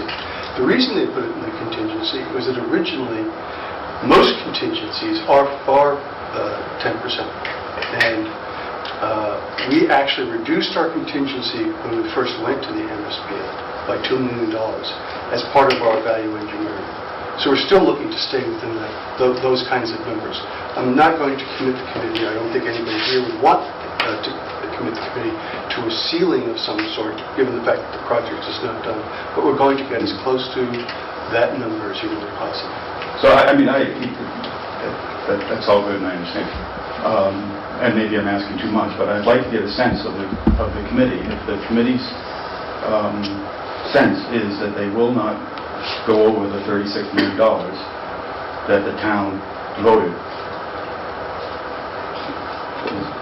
That was the goal that wanted to, that we still want to achieve. But as, I will echo the chair in saying, we're not going to take a vote on such a thing because the building's an open project. I don't think I asked for a vote. I just asked for a sense. I think that was the discussion at that meeting. Right, that's all I wanted to hear.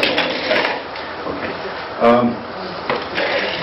Now, two of the two largest items that were talked about tonight in contingency, not the turf and those items, but what we call contingency, the cooling in the garage.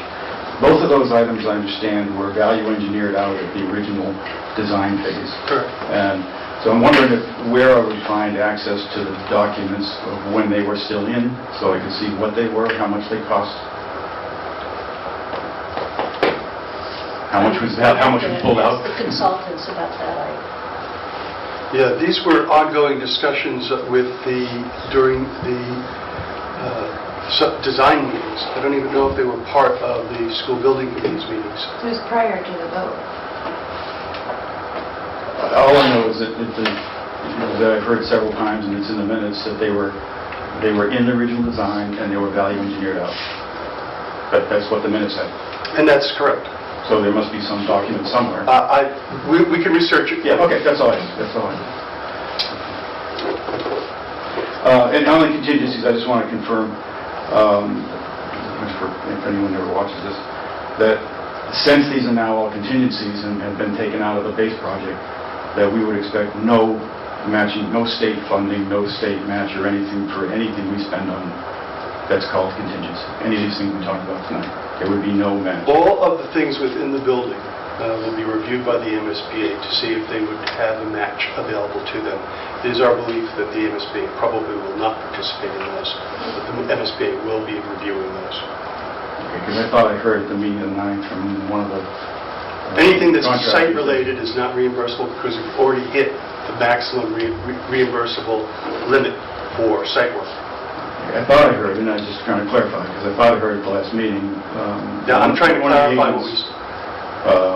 stated that anything that was spent against contingency would not be reimbursed. That was not part of the original project. That was not what wasn't what the consultant said. What he said was that they were limited items. So there were some items in the things we've contingency spent already with site work and everything that in the building itself would be to a certain degree. It may not come close to the 59%, but the majority of items would probably not be. But not zero. And there's one last question. Above all these contingency things on the sheet, there's a line item called projected PCOs to the end, which is a 2% number, and it's $737,000. And it feels a little like contingency to me. So could someone explain what that $737,000 is for? I don't know. It's the sheet, it's the cost sheet. I don't know how that projected number I can came explain. about. I mean, we carry a contingency within the budget for unknowns, and given where we are, I mean, I'm not looking at that number at the moment, but given where we are, we always reassess that. And as we get to this point in time, we still want to make sure we have money. There's still demolition to go, there's still a project we're still constantly working on. So we always want to make sure that we don't zero that number out until it's appropriate that we've covered everything. Whether it's added scope when somebody, again, we go through the building and make some determinations about some tweaks or changes might be useful at this stage, given, we're getting close. We're now showing the building to the various folks who'll be moving in, and we learn things as we go, so we always want to make sure we have some money. I'd be worried if you didn't. Quite frankly, we were talking about spending all the other money and have nothing left, so I think we need to. But I would maintain that there still is contingency in the budget. There's still other opportunities. We're at 74%. What number were you looking at? It's on, What is it called? Projected PCO? it's called projected PCO. Yeah, PCO is just a potential change order, or projected change order. Yeah. So what they were doing on that line item was doing all the things on the list that we went over tonight that were basically likely to be passed and including that Right. in his calculation. I believe that's what that number That's was. on top of that. So what we did is that we took what we had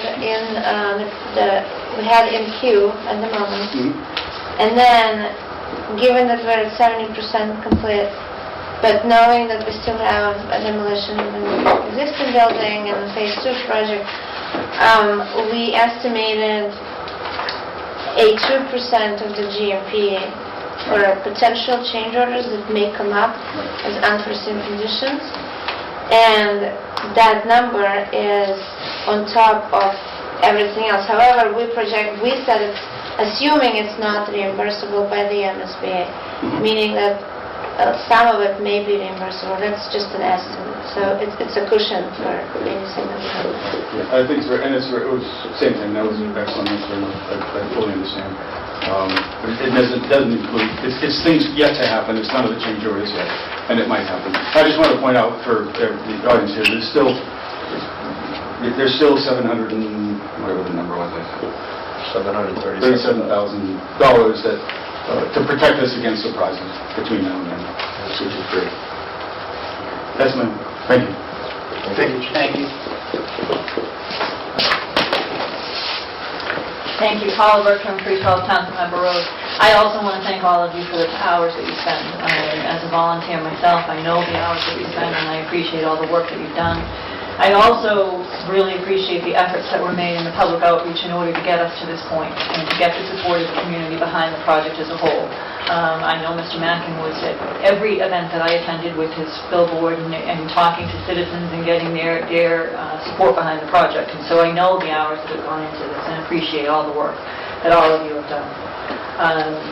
And I also appreciate the candid discussion tonight on each topic and understanding why it's being considered, what the value is. And I can't say that I would necessarily vote against any of them. However, my issue is that I'm not given that opportunity. Is that this is contingency money that is now going to be, the cost of these items is going to be 100% borne by the taxpayer. It's not going to be a 59% reimbursement, it's going to be 100% borne by the taxpayer. These were not items that were included in the project, these are items that are going to be added on, and I have a problem with that, because I know that moving forward as a school system, we have a number of items that we're going to have to address at Turkey Hill Middle School, whether it's 5 years from now or whether it's 10 years from now, and there's a huge price tag associated with those improvements. My problem is this is a significant cost to the taxpayer. And while you talk about, it's $100 a year or it's a pizza night, somebody I talked to said it's a pizza night. Well, some people aren't doing pizza nights now because they can't afford it. And so when you add this kind of cost to a taxpayer that's already thought long and hard before supporting this project, and now you're going to increase that cost without an opportunity for their voices to be heard, I have a problem with that. As I said, I don't necessarily, all of the items that were talked about tonight, but I think that they need to be voted on. I don't think that they can be added on to the project at the end. There's another issue that I have, and it was talked about tonight by one of the members, is ongoing operating and maintenance. The turf field, I'm very interested to see the cost comparison analysis, because understanding the cost, as Mr. Alonso pointed out, we have a turf field that we don't know where we're going to get the money to repair. And to talk about adding another one, and I have grandchildren that play sports, and I'm at those fields as watching those games, so I understand the need for fields. But there's a price tag associated with a turf field that I'm not sure we can maintain. And understanding the operation and maintenance cost associated with that is important in your decision-making process. Additionally, the cooling system, what's the operation cost for that on an annual basis? Have you looked at that? Can that be absorbed within the budget? Are there going to be guidelines as to when that system is operated? Or is it going to be running on a regular basis? And understanding what that ongoing maintenance cost is. I've heard tonight about adding in a maintenance person, which is news to me. And all of that, while may be necessary, comes with a price tag. And I'm very concerned that these items are being considered from a contingency fund that 100% of that cost is going to be borne by taxpayers, and I really hope you will think long and hard about whether or not you incorporate these into the project. Some of the items that have already been voted, absolutely, they needed to be done. And the foresight to do the engineering for the touchscreen for the athletic department, I think that makes sense. But I'm not sure going to the next level of paying the $23,000 for the system at this point makes sense. That may be a more appropriate item to be in a capital plan. Because we have items, as you all know, we have items in capital plan that get taken off because we simply don't have the funding. That funding is going to be paid for by the taxpayers, and it may give them the opportunity to determine how they want to pay their tax dollars. Thank you. Thank you.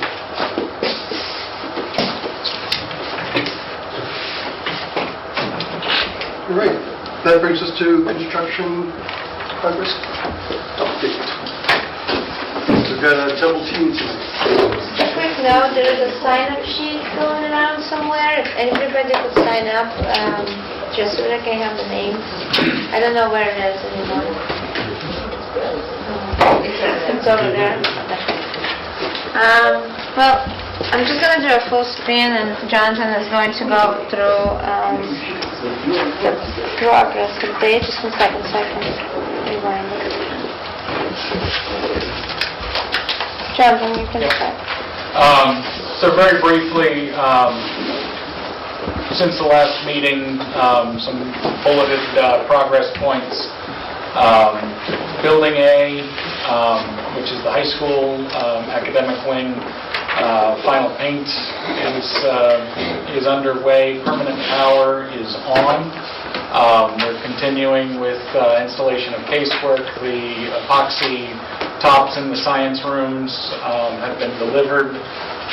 Very fortunately, there was a fire in the only manufacturing facility in the country that makes them. And at one point in the fall, it didn't look good that we were going to get them in time. So we were very fortunate that our order got produced as appropriate. Elevator number 1 is complete, which is the elevator serving the high school side of the building. Elevator 2 is now in progress.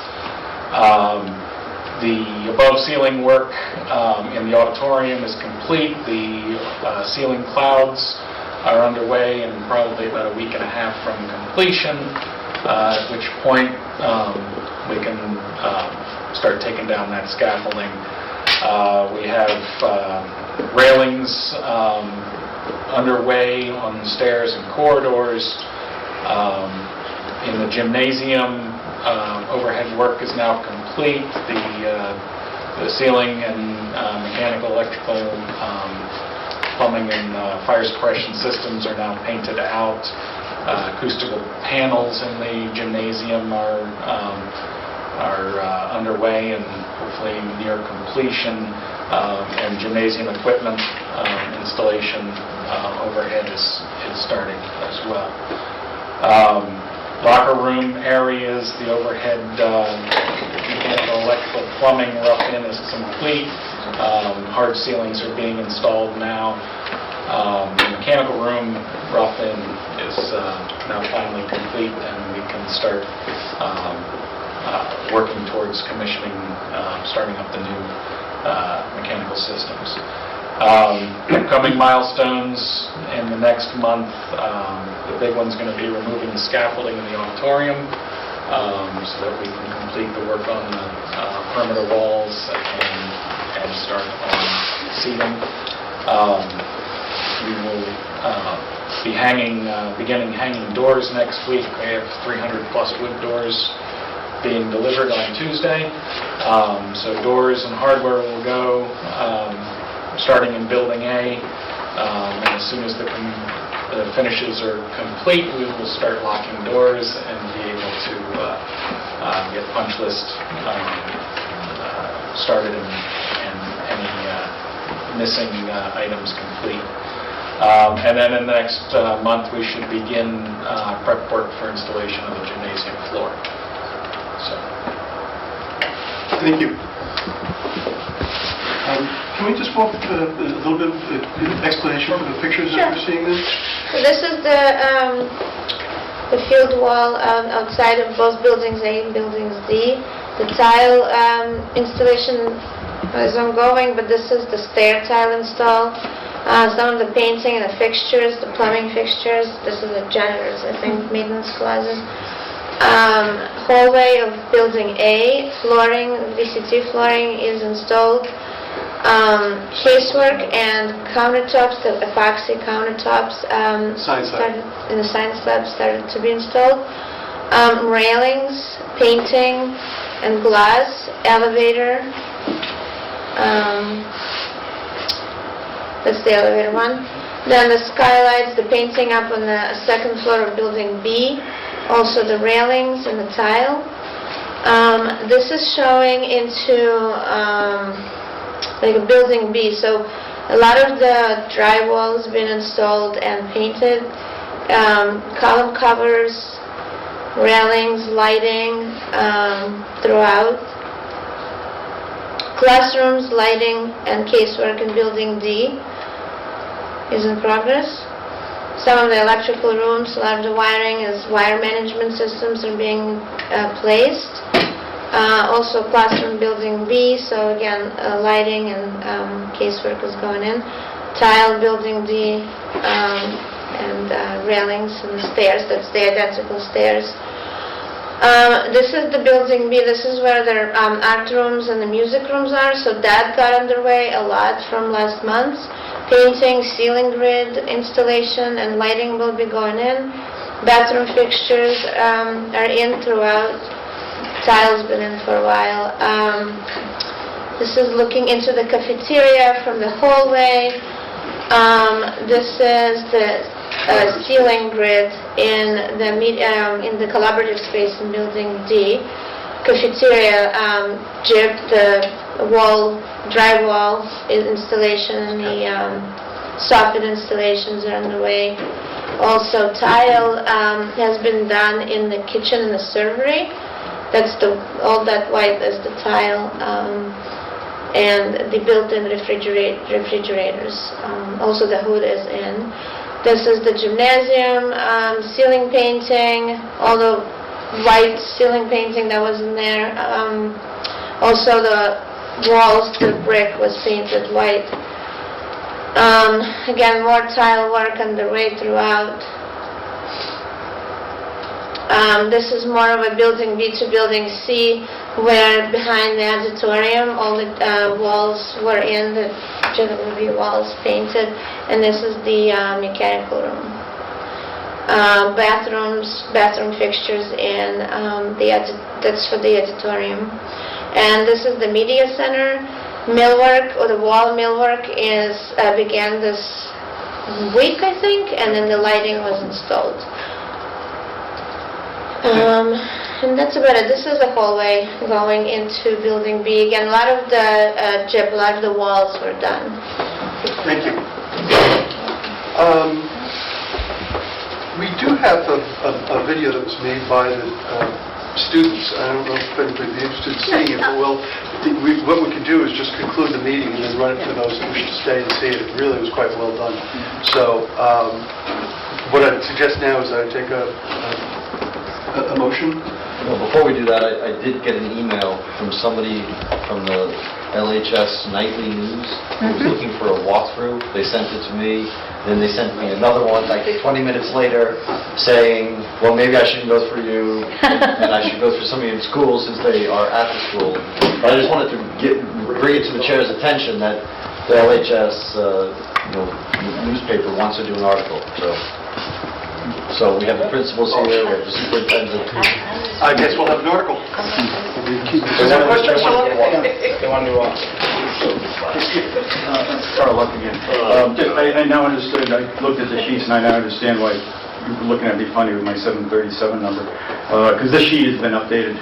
Yes. So that number is now $876,000. And the number I was looking for, I think we were not communicating, Mr. Alonso. In order, if I use the same sheet and get the number that is available for contingency, if the town's share of $36 million is held, if that's held. I believe the number that's available for contingency is $1.289 million, which means there's not enough to fund all of the roughly $4 million worth of contingencies that were discussed tonight. Understood. Thank you. I don't want to agree because I want to hear that. I think we're going to have a further discussion because I think that $36 million number is an important thing for us to wrap our minds around. So we'll have a further discussion about that. So a motion to adjourn? Did you want to, anybody want to vote or are we good to go? I'd like to see it. Okay, so let's continue. Okay, sorry. This was put together by Senior Emily Botkin, who is doing the STEP internship with Lunenburg Cable. And if you were watching a school committee meeting a couple months ago, you know that one of our master teacher projects is created and leading a group of young leaders, and this is open to all the students in the school. And Emily was at that presentation too, talking about the plans that that group has of how to help orientate the students to the school as we move towards occupancy.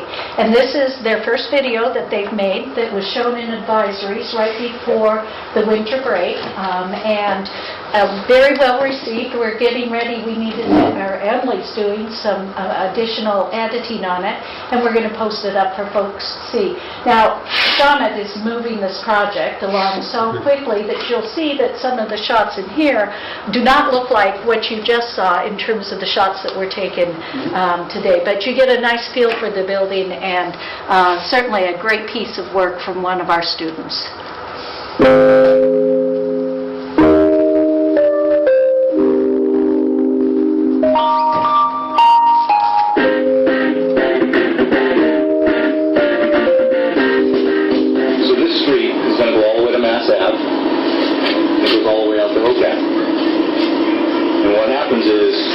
This circle right here is parent drop-off, and it's in front of the high school. The other area, which is right out in the middle of the two classroom wings, is the bus drop-off and the main entrances, which I'll show you as we go through. So we're going to go in here. This is the high school wing. There'll be a stairwell right here. What we're going to do is we're going to go across on the second floor, and we'll loop around, take a look at all the second floor, and then I'll bring you down and have you look at the first floor. This is the high school wing. The middle school wing is on the far side to the north. In the center is, on the first floor, is the administrative space with the offices and the nurses area. Above that is some classrooms, which are going to be the language classrooms. And then in the back of the building, back here, is all like the common teaching areas. The auditorium, the music, the art rooms, as well as the athletic areas, which are used by both the middle and the high school. And then over here on the end is the cafeteria.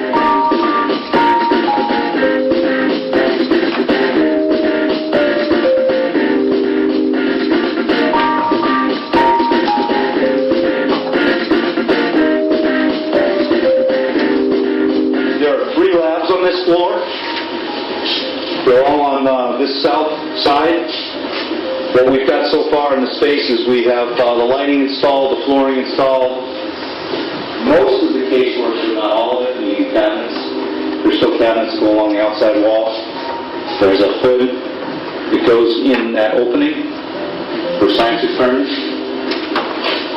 In between, there is a prep room that's shared. Emergency gas shutoff. This is your eye wash station. And a shower, which the head is not in yet.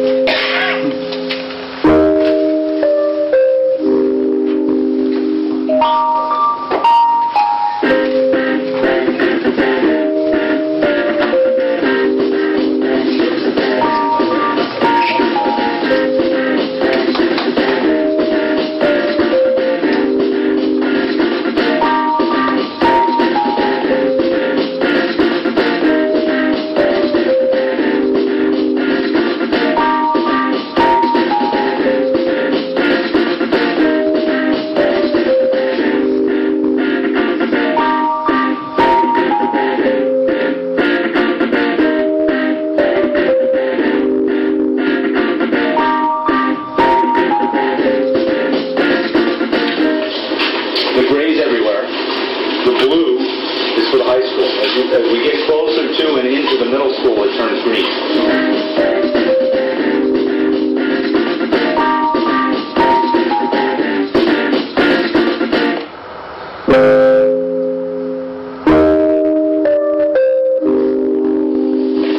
Just to give you an idea, both in the first and second floor of both wings, you've got the classrooms on the outside, and then in the core you'll have the stairwell, the bathrooms, right? It's the teacher planning and the collaborative space. That's similar on both wings. And then in the back end of the high school wing is your media center, which is also a two-story space.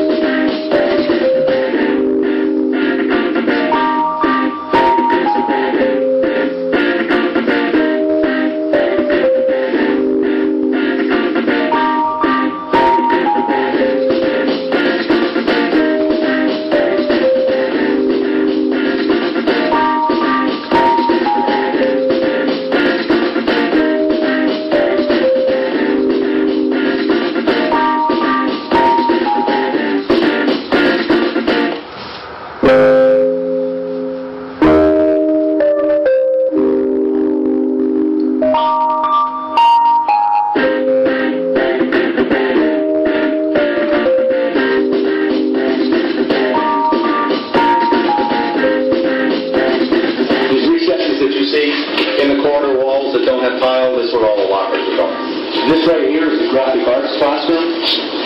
Most of the parts in the boxes are there for the elevator cab that's being assembled.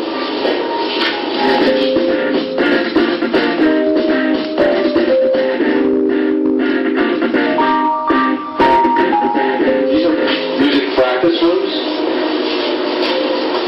This is ensemble, I believe. In here for the auditorium.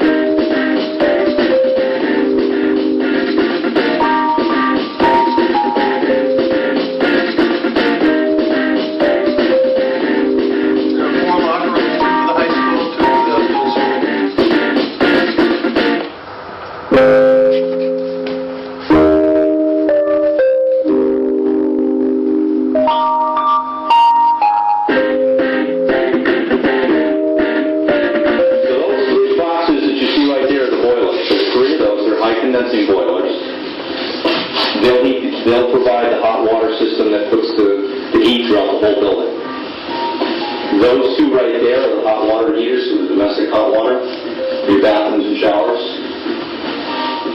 All that copper pipe over there is what we call a mixing station. That takes the water from a certain temperature and puts it out in two different temperatures as hot water through the building, which goes out in supply and it has a return. So there's a constant loop, the water's always moving. And then obviously a cold water pipe.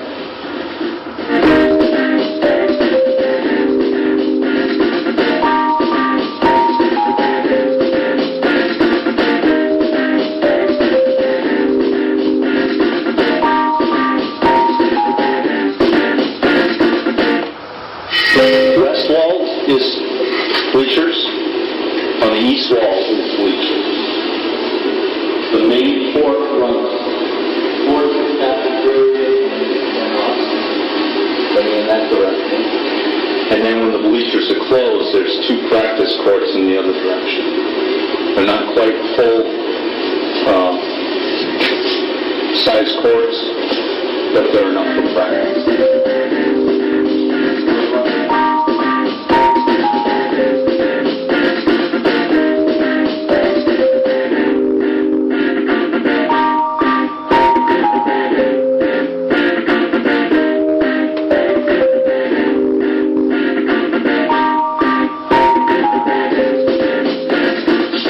So you come in the main entrance, there's a window there that slides open that they can see through.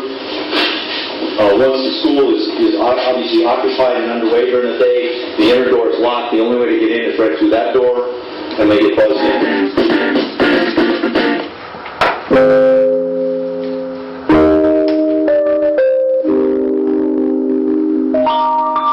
That square opening, just beyond the door opening, is where you'd be feeding your dishes and all that stuff back into the dishwashing room.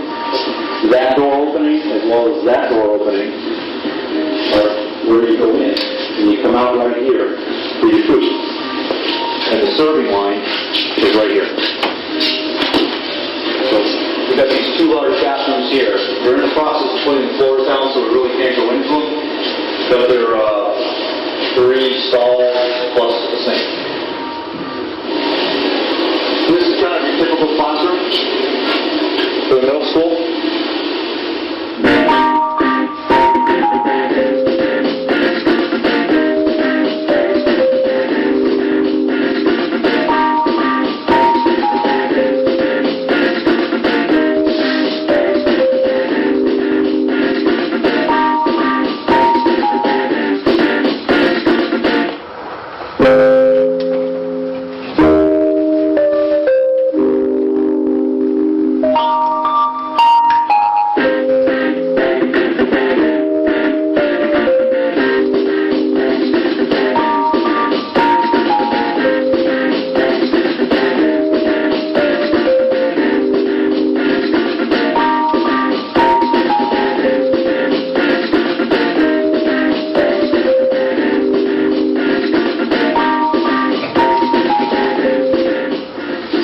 These are all support spaces for the media center.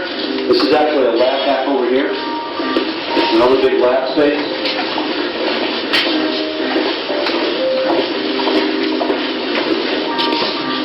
There'll be computer stations in here, hence the floor boxes.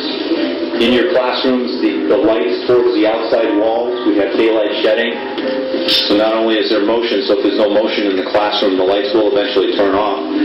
But if they're on, and it's a bright sunny day, that bank of lights towards the windows will shut off automatically, because you won't need that light. We'll be close to being done by the 1st of January, putting up finished doors and everything else.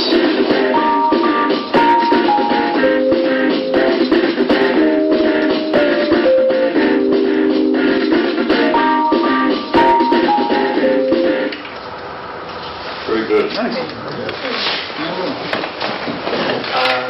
There's no other business? I just want to mention 2 things. This committee has been asked to have a joint session with the Board of Selectmen That's correct. on Tuesday, so I hope everybody on the board can make it, and hopefully by then we'll know when this recording will air, so we can tell people who are interested in watching it.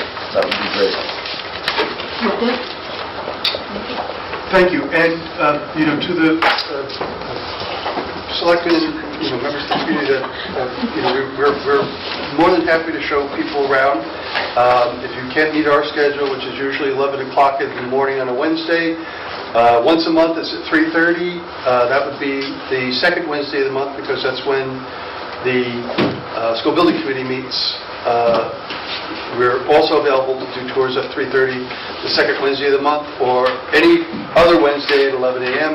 Or if neither of those are convenient, we will make arrangements to get you to see the building. I have to tell you, it's a thrill every time I go there. It's the high point of the week. Thank you all. I'm taking a motion to adjourn. So moved. All those in favor? Aye.